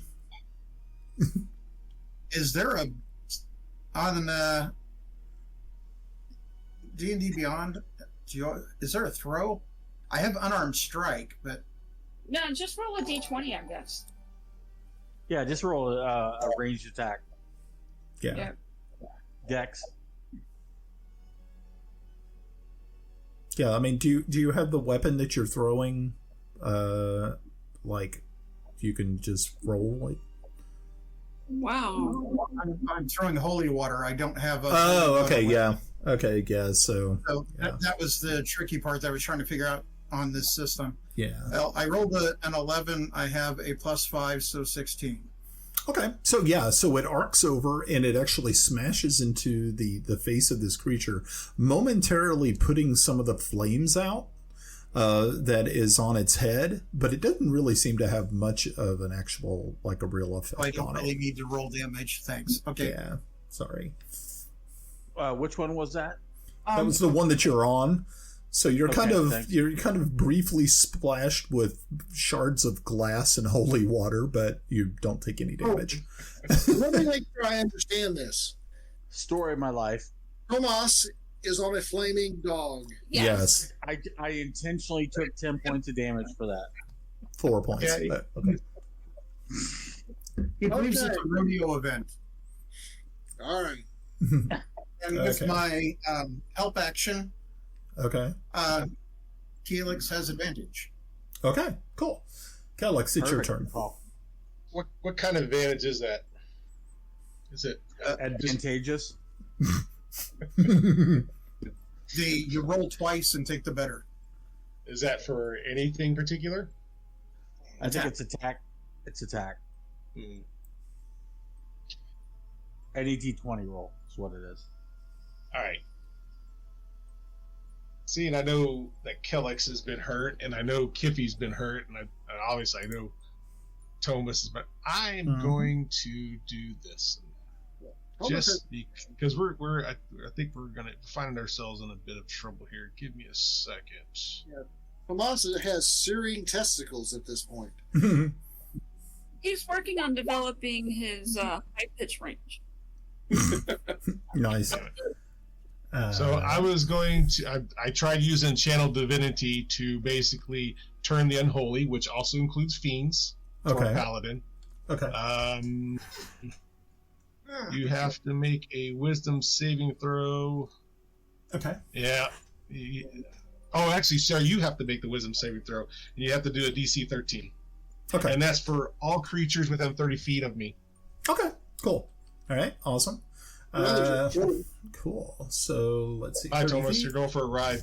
So, well, I was about ready to bail, so it gets. Okay. Ugh. No. We got 2 of them. And Okay, 3? Wait, 4? 5? What? okay, so yeah, they get advantage, and you don't understand why. So the one lair. Yeah, so this one right here stays. This one right here, these 2 right here did fail on both of theirs, and so does it actually just make them run off, or is that? So, as an action, you present your holy symbol and speak your prayer, censoring fiends and undead using your channel divinity. Okay. Each fiend or undead that can be see or hear within 30 feet of you must make a wisdom save. Okay. A turn creature must spend its turn trying to move as far away as you can, and it can't willingly move to a space within 30 feet of you. Okay. If the creature fails to save a throw, it is turned for at least 1 minute, or until it takes damage. Okay, cool. All right, good deal. So, on its turn... Am I on a turned one or a non-turned one? That was my question, because I go first. You are on a turn one. Not a turned one. A non-turned one. Right, yeah. You're on the one that's actually made it save. Got it. Thank you. Cool. And that Hellhound is next. And it is going to... Let me see what... Hold on 1 minute. Don't... Wait, I think you were going to do the actions. I'm sorry, I interrupted you with the actions with the other Hellhounds, what they did when he did this. Okay. I'm sorry? What was it? I am sorry. To get clarity, I interrupted. You were going to say the Hellhounds, their reactions, so... Okay, the Hellhounds that were turned will move on their turn. So got it. Very good. Thank you. So right now we're doing that. I need to see if there's a recharge on that breath weapon, and that was a recharge. Okay, cool. Right. Cool. If he's getting ready to recharge, because he's in a grapple. If I feel like he's going to inhale and try and turn, I'm going to strength check him to here. Okay. Does that make sense? Strength check. I'm going to try and turn the fire away from him. Okay, where are you turning it to? For some reason, didn't. Can you see the? Just from there, straight 12 o'clock, right there, exactly. I'm turning its head over there, so it can't breathe with the party. Okay, so it's going to. Okay, so go ahead and do your strength check on that.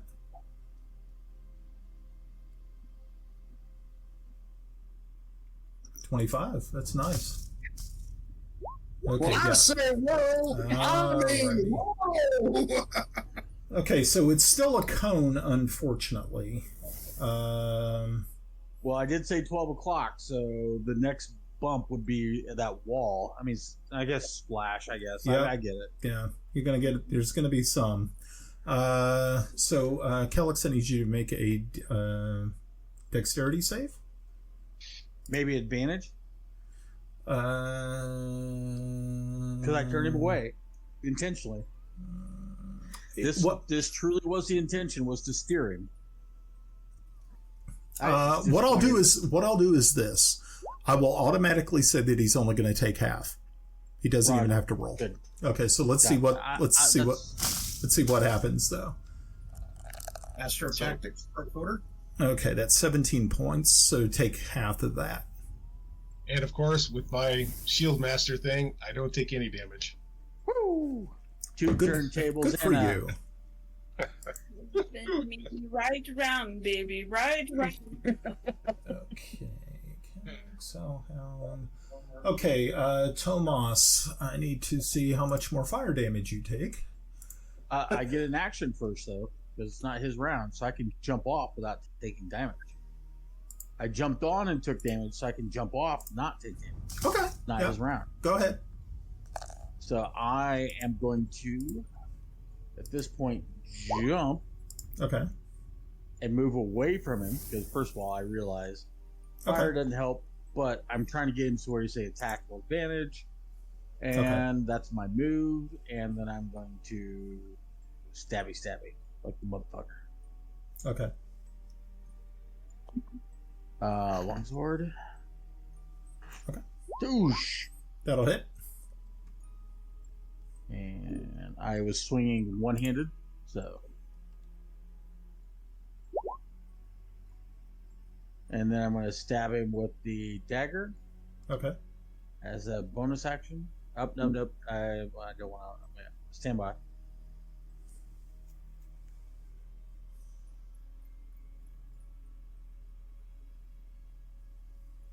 I'll hold my action. If he misses me in melee, I'll use my bonus action then.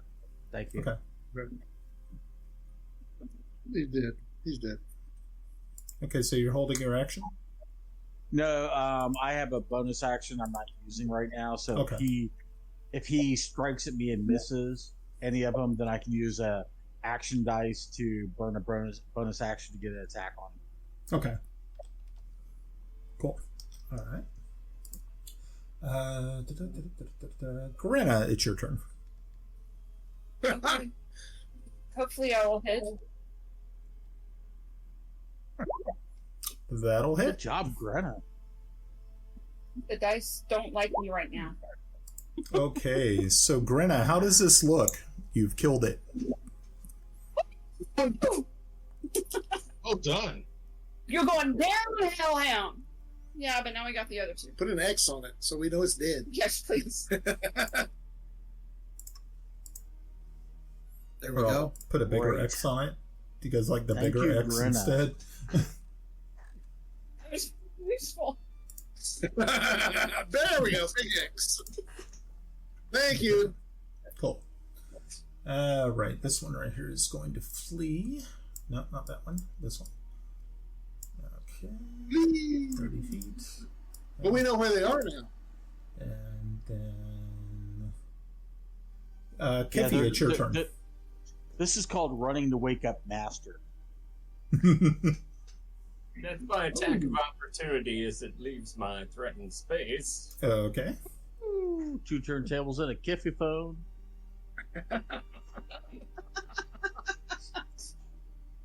Oh! That'll Where hit. it's at. With 12. Okay.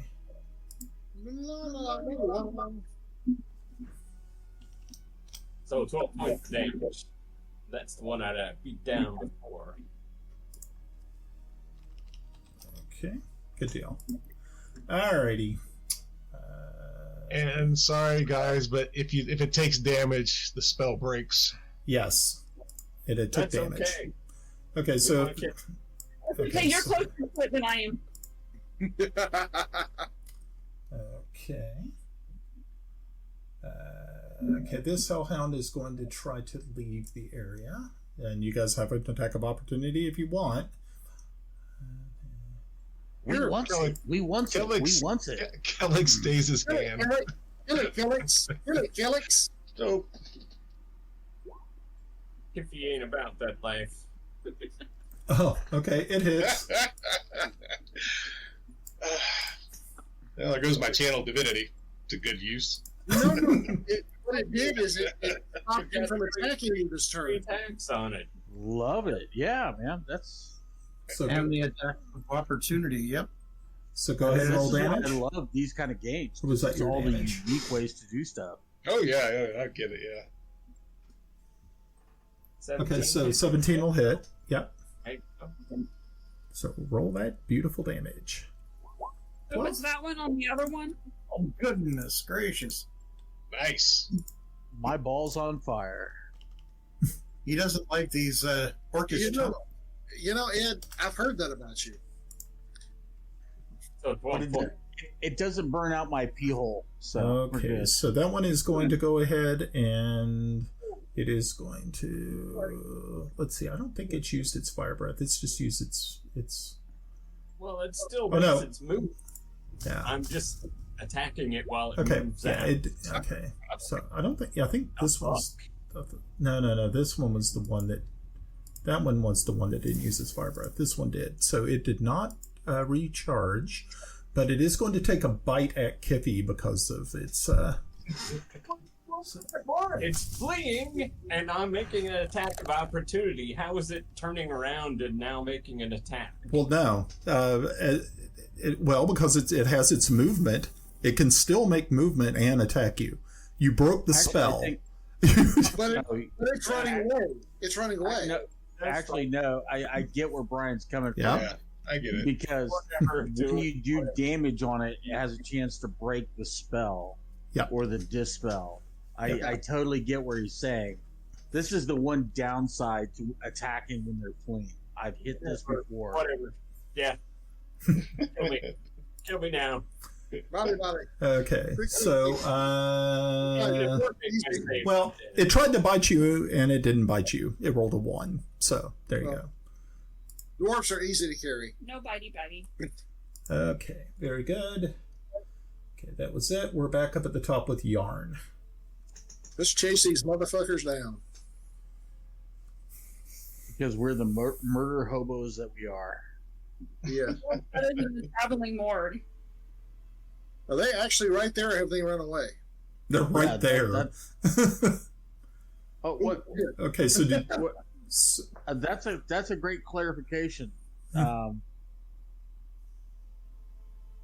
does that force them what you did to run away? So yes, when I see what's happening, I cast it. It forced them to run away, but as soon as they take damage, the spell is broken. So they don't go that far because of the attack of opportunities. So they're still there. So both of them took damage. Yes. Got it. Yeah. That's all I wanted to make sure. Yep. Sorry. No, I get it. No, Brian, that's playing the rules. I get you. That's right. Yeah. The first one I got, I didn't hear the second one take damage, so I'm not questioning. Oh yeah, no. Kiffi did 12 damage to both of them. Hey, which is awesome. Yeah, he's under knocking them out of the park. The question was that they would come back next round, not instantly turn and kill me. Yeah, once as soon as they take damage, the spell ends. It's broke. Yeah, it is. That is I would call that an accurate interpretation. However, Kiffi, here I come to save the day again. Well, I'm going to say that I screwed up and got too far ahead, but yeah, you actually. That's okay. Yeah, that's okay. Watch this. The one that's closest to me. Okay, so the problem I have right now, Yarn, is that you actually stepped through a threatened square to get to where you're at. Okay. Which means you're going to get an attack of opportunity from this guy right here. Okay, let's resolve that, and then I'll do what I'm doing. So let's go ahead and see if it gives you a nice little bite. Hey, by the way, everybody, I'm just going to put this out there. They are a 20. They are a 10 by 10 guys. They are sized large. They're good size. I didn't realize that until I landed. So yeah, they're big. Okay, so a 16. My armor class is 15. All right, you will end up unfortunately taking 17. 17 total. Yeah, because you got fire and piercing damage. Let's see. 1, 2, 3, 4, 5, 6, 7, 8, 9, 10, 11. Fine. You're fine. You're fine. All right. You're still at. In that case, I'm going to change what I'm going to do. Okay.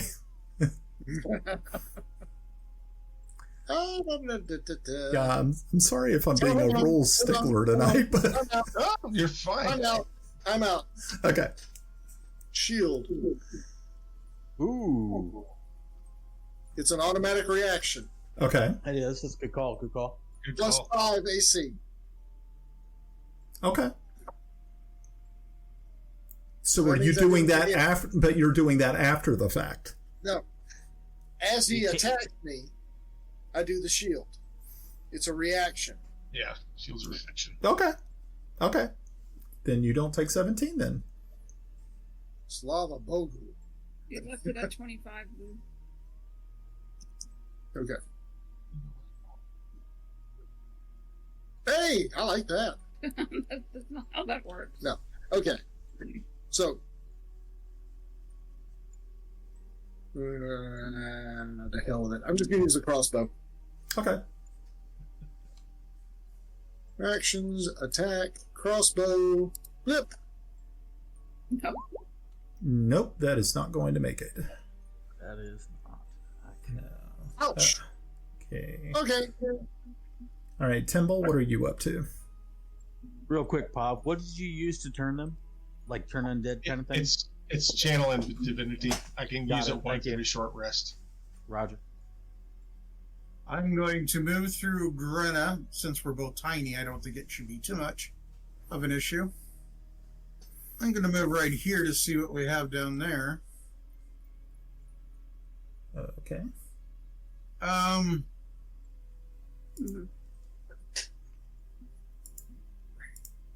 Is there a throwing lane there for daggers? I would say that you can, but if you end up failing, if you get a 1, there is going to be a chance that you're going to hit a fellow player. That's a chance you're probably willing to take. No, I'm going to bring my short sword down upon the neck of the hellhound, Okay. separating the head from the body. Okay. And I think if I have the ability to, I'll throw it in a bag, throw it across my back. Okay. Give me a strength check.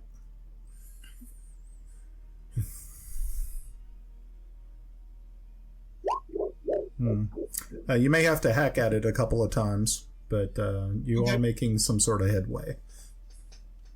I'll do that, but again, I have my help action that goes to Kelex to Okay. help his Yeah. attack. Very nice.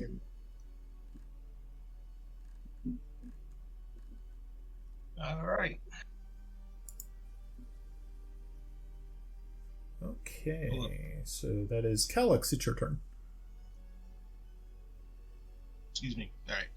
All right. So I'm going to strike out the one next, right to Kiffi. Actually, I'm gonna. Is it okay Yeah. if I move up?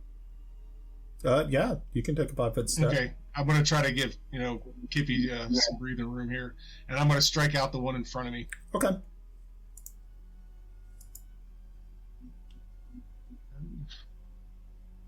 And you have advantage. Oh, good. He has advantage. That'll hit. Poke him in the soft bits. Yeah, because of I'm glad I got advantage. because of Timble. Ah, I see.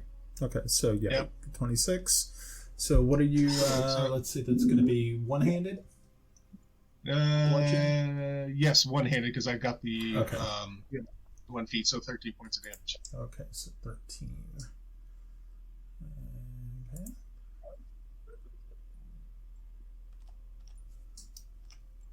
Cool. All right. Oh, wait a minute. You know what? I get 2 attacks. I forget. I almost forgot. Okay.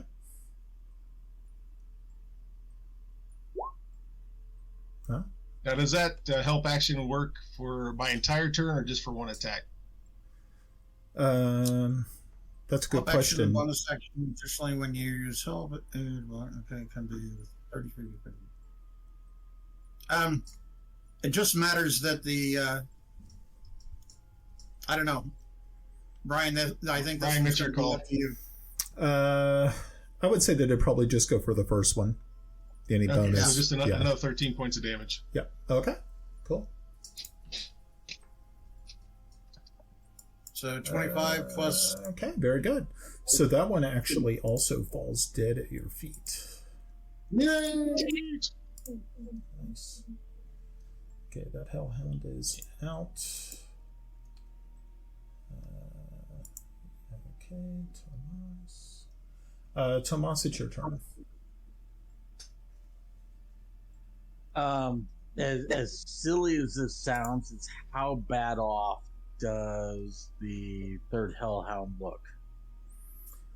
Let's see. The third hellhound looks in pretty bad shape. Get it, quick!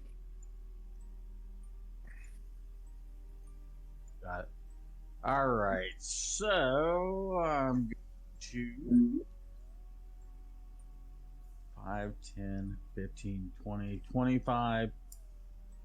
Push him out of the way and double. I guess I could step over into the other dead carcass area and still be within my move rate. So then at that point, let's go ahead and attack because I don't want to burn spells. Does the hellhound get attack opportunity? He will. Yep. No. All right. I'll take it. So I can, as long as he doesn't breathe on me, we're good. Well, he's the only one that had not used his fire breath, so he's going to give that a shot. I kind of figured that would be what. So that's going to be Tomas. Holy halitosis, Batman! What's that? Holy halitosis, Batman! Okay, so what that's going to do is that means I need Kelex, Tomas, and Yarn to make dexterity. Is he attacking? Yeah. Can I try something out of ludicrousness? Okay. I have a question. Whoa. So, I've already seen these creatures breathing fire. I want to run up, and my attack is a grapple, and my grapple is to grab him by the snout so he can't breathe fire. Okay. Anyway, can I ask a question before you do something asinine? It's not your turn. The question is, how can the hellhound attack if it's not his turn? Attack of opportunity. Attack of opportunity. All I wanted to know. Okay. I realize it's going to happen. My sole purpose of the attack is to jump up and take the brunt of the blast. Okay. Push the hellhound out of the way, so that because I realize one. Depending on how that goes, it could go bad for a couple of characters. And I'm attempting to grapple to grab him by his snout to hold his snout closed. Okay. This is kind of rule of cool that I'm trying to play here, though. So. Okay, but the thing I have to ask is, does a creature get an attack of opportunity before you're able to begin your actual grapple? Yeah, that's the thing. Well, to me personally, because I'm intentionally moving into his space, I would say it's a dexterity check at that point. Who moves faster? Out of a threatened space is the question. If you didn't move out of a threatened space, then you didn't get an attack of opportunity. I'm moving into a threatened space. Well, that doesn't count for an attack of opportunity. Yeah, but he actually moved past it. He moved through one threatened space into another. Okay. Where's my threatened space that I moved into? I guess that's the question. You moved through Kelex's space, which is a threatened space. Fair enough. I got it. Okay. I'm more. Sorry. I'm not a rule minutia. You know me. I'm more rule fool because I just spew whatever the hell's running through my head. So just roll with it. But the intention is, if he blasts, I am willing to throw my body to block to get the grapple on his snout. Does that make sense, Brian? Right. And effectively jumping on the grenade. Yeah, I am doing the grenade fall. Yeah, good call, bud. Okay, that's cool. Okay, so that's fine. But let's first of all let's see what ends up happening. Okay, so Yarn got a 10. Kelex got a 13. Then Yarn burned a luck and got an 11. Okay. I do have one question. Ouch. Okay. I'm not burning another one. I'll take the damage. Brian, I do have one question. Okay. Since Kelex has his shield feat, and granted that it protects him, would the flame be effective beyond Kelex? I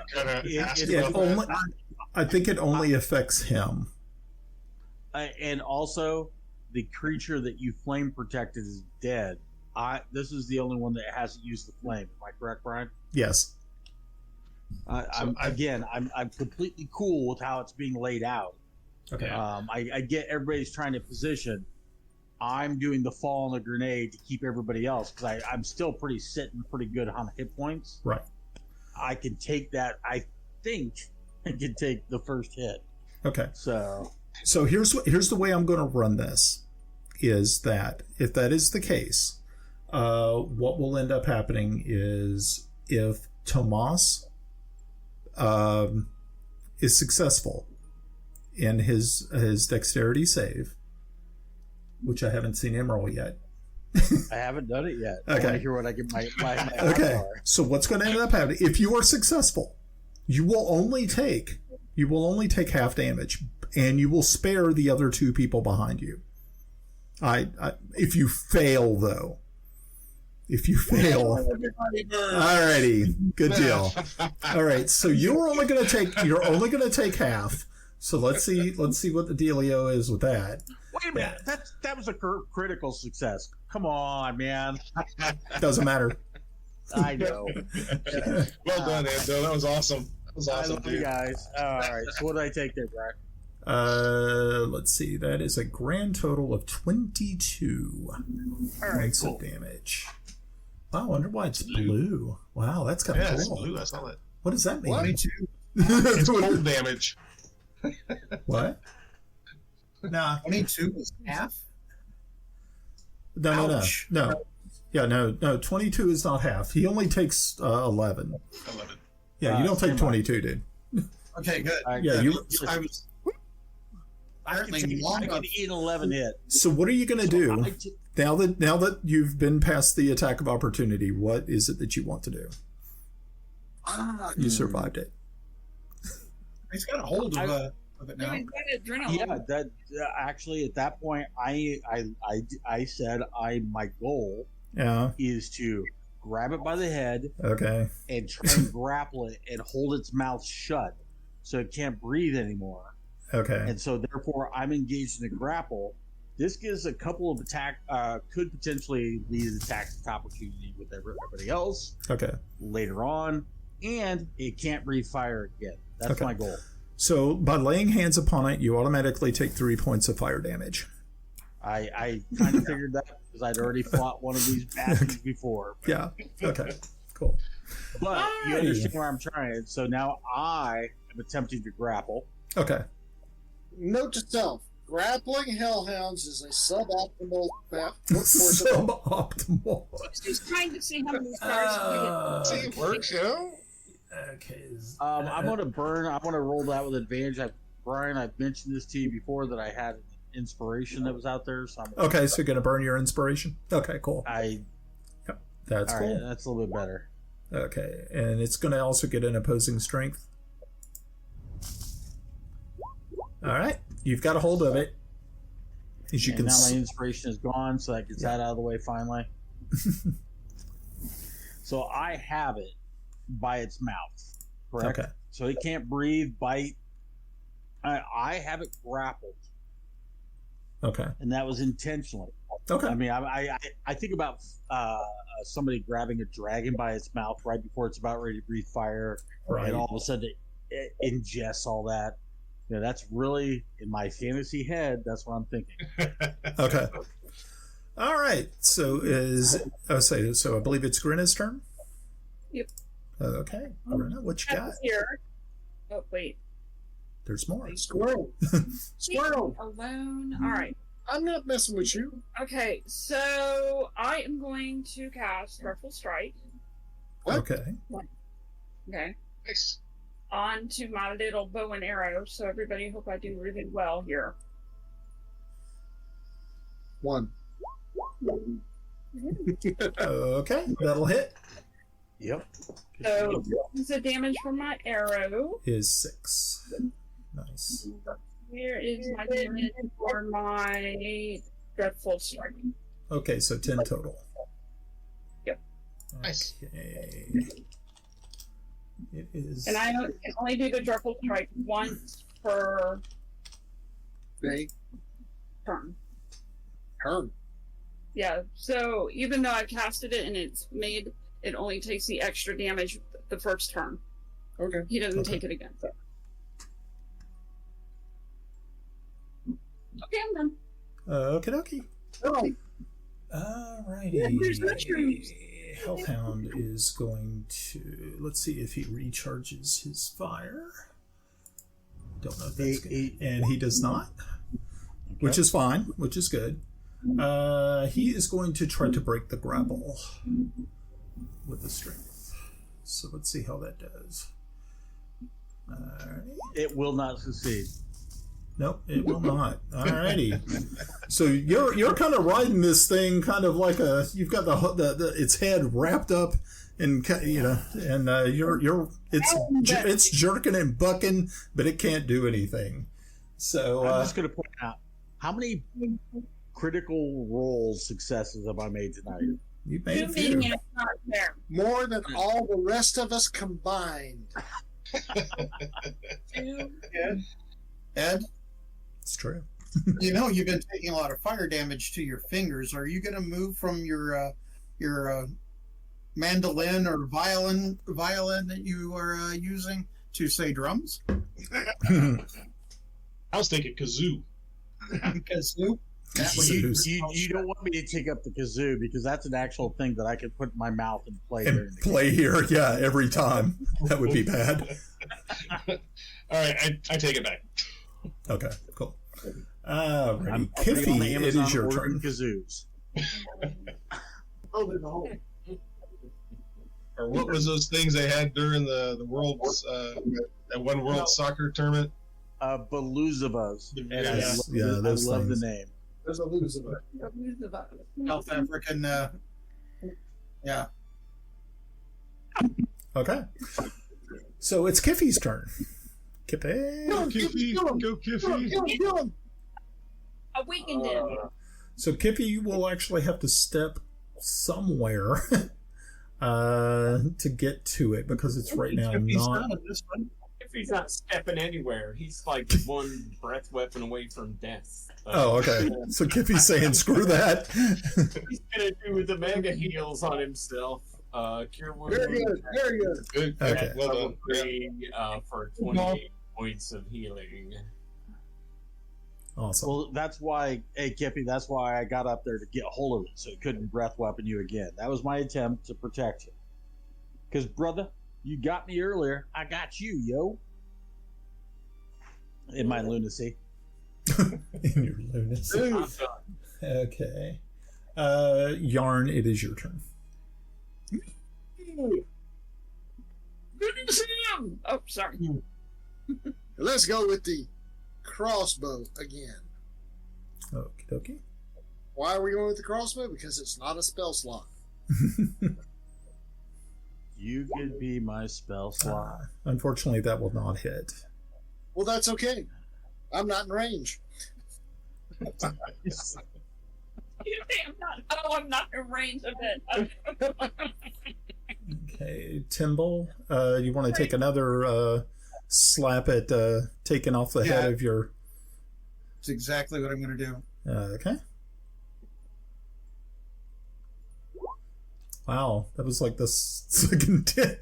Yeah, you're not doing so well. I mean, you're doing all right. At least it's not on fire anymore, and you are making some headway, but it just does not want to separate. Yeah, I want the head, and then I want a thigh bone to take to Bubbles. Okay, cool. Yeah, where's that damn dog? Fighting. Smartest animal among... The smartest animal among... Okay, so Kelex. All right, I'm going to smack it with my hammer. Okie dokie. He's just maintaining our rear to make sure nobody sneaks in on us. It's a tactic. Does a 13 hit? Unfortunately, it will not. All right, and I go for my second strike.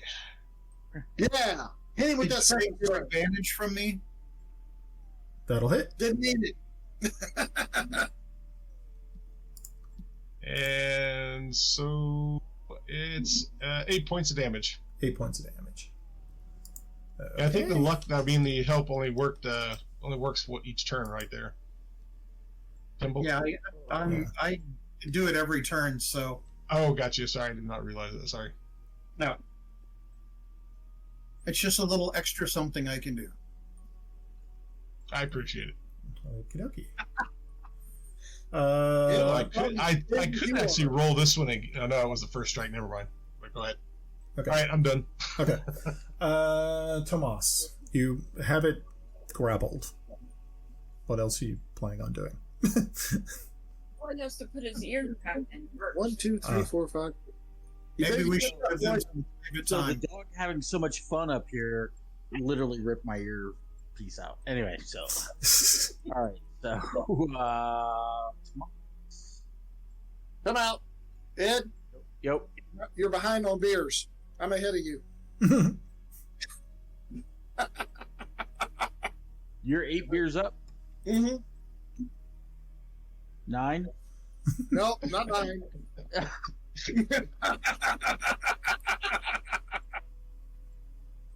So it's Whoa. Tomas. All right. Let's see. Okay. From here, I still have the grapple, right? Yes. But if I maintain the grapple, I'm going to take fire damage, correct? Yes. And the kazoo is for you.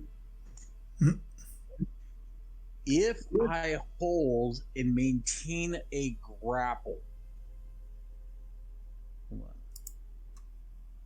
You take 1d10 fire. Yeah. But can I try to do a throat cut or a coup de grace kind of action? Because I've been controlling this creature. Can I pull a dagger and cut it? Is what I'm asking. Okay, so you're gonna pull a dagger. That's free action. Okay. You're still gonna take fire damage. Right. But can I coup de grace it with like? You can give it a shot. You can always give it a try. So all right, pulling out the dagger. I'm gonna coup de grace it. Okay, so Oh my god, I saw that. They both came up 16. That's pretty funny. I accidentally rolled dice twice. My bad. okay, that's all right. I rolled a. And that's what this. By the way, that's with the silver +1 dagger. Okay, cool. Okay, so you end up taking 6 fire damage. You got and you did how much damage on the dagger? Doing it right now. This will be +1. So 8. Okay, So 8 awesome. points of damage. And so, yes, you striking the final blow, the creature falls prone beneath you. It is now dead. Rewind. Can I hear the damage again? I'm sorry. My bad. I'm sorry. You did The 6. damage? Doesn't matter. It's dead. It's You dead did, No, 6. You did 8 to him. He did 6 to you. to you. Perfect. Yeah, Thank you. I didn't hear the damage call. Sorry. My bad. that's okay. Okay. Yeah, go. You know what? For 3 hellhounds, I'm pretty happy with where we're standing. No offense, Kiffi.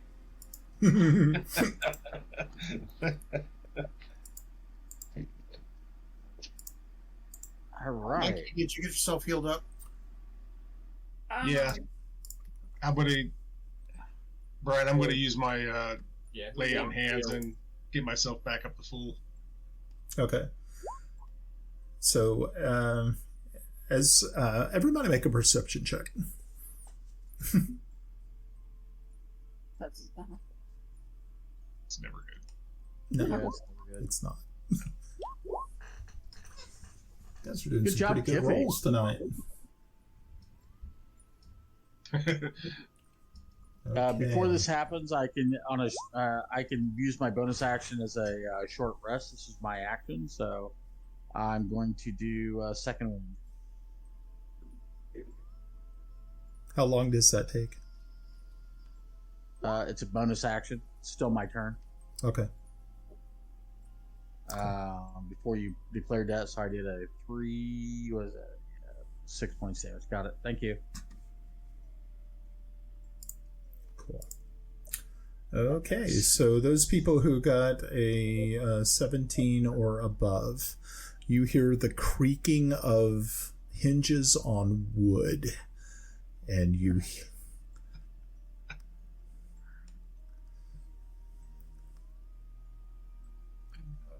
Yeah.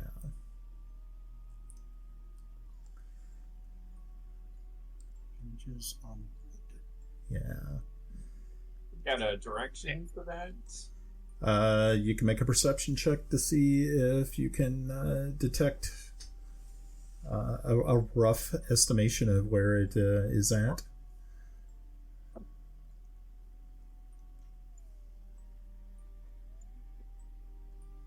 Okay.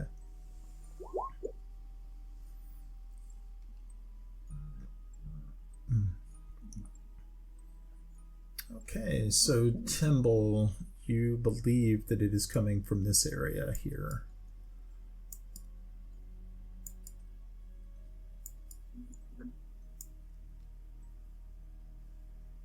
I don't know who all heard what. I will slap Grenna's shoulder and point down that other hall and say, I think I hear the vampires coming.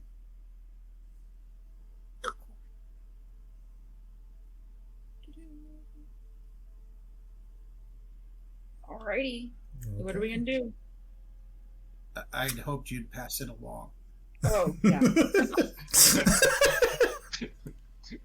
Well, before we do anything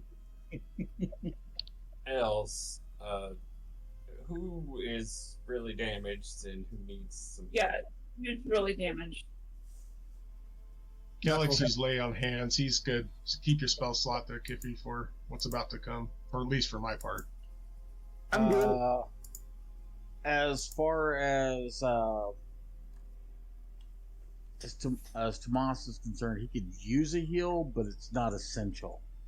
So it's not worth a spell slot for you? It probably is, because I tend to get stuck in a little bit more than most. Yeah, so how far are you down? I'm 15 down. Okay, so I can burn a first level spell slot to give you 12. Roger. Or a potion? I don't have no potions. I have one left over.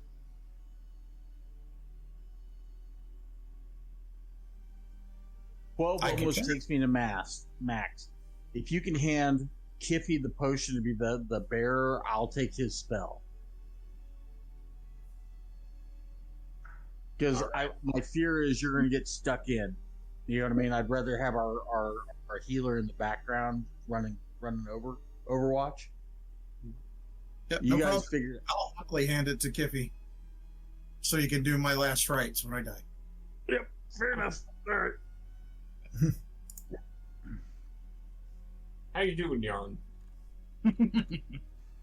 So are we casting your wounds on you? Yarn, are you okay? I'm fine. I saw you take some damage. Nope. No damage. I meant Thomas. I tripped him when we turned to go down the hall. All right. So, He'd be left out. does Thomas need to be healed? Moss is at 1 hit point. I mean, he's only 1 hit point down right now. So, Okay. okay. So we're right now at a really good spot. Okay, so Three Stooges and the extra. There is. Wait a minute. For the record, there are 5 of us. So which is the extra and who's not included? Yes, but I'm facing 3 of you. Well, I'm facing 4 of you. Gotcha. So, whoever the Three Stooges is and the extra, you can argue amongst yourself. I'm Curly. Okay. Shut up, Shep. Timble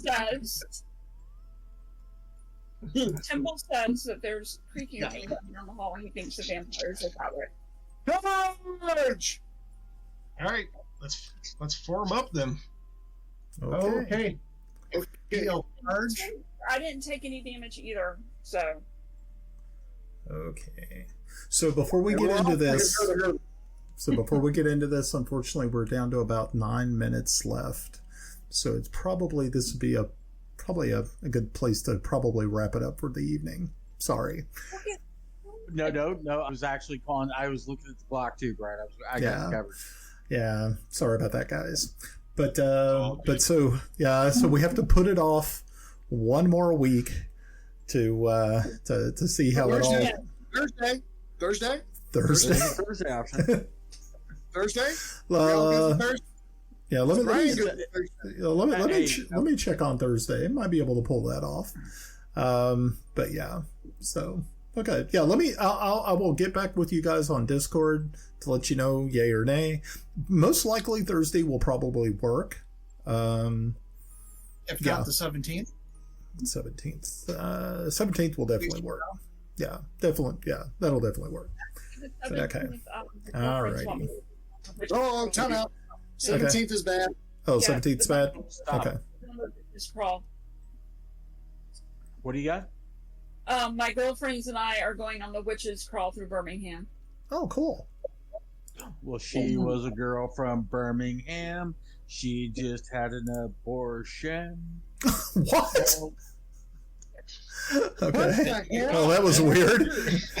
Yeah, but here's the funny and then it got weird. Okay. Here's the brilliance is only my moral compass is up there like going, she was a girl from Birmingham. Okay. I love you, man. Love you like a brother. Sometimes you are just fucked up. But then say if we A little bit. It's a Sid Vicious Sex Pistols song. Just okay. roll with it. Playing weekly. Yeah, weekly is good. I need the emotional outlet this year. Thursday, 10th. Tuesday, 10th.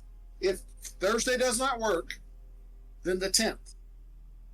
Yes. 10th. Let's handle that offline. We can work that out because agreed. I don't want to put Brian on the spot for scheduling, and that's not cool for him. That's not cool. So okay.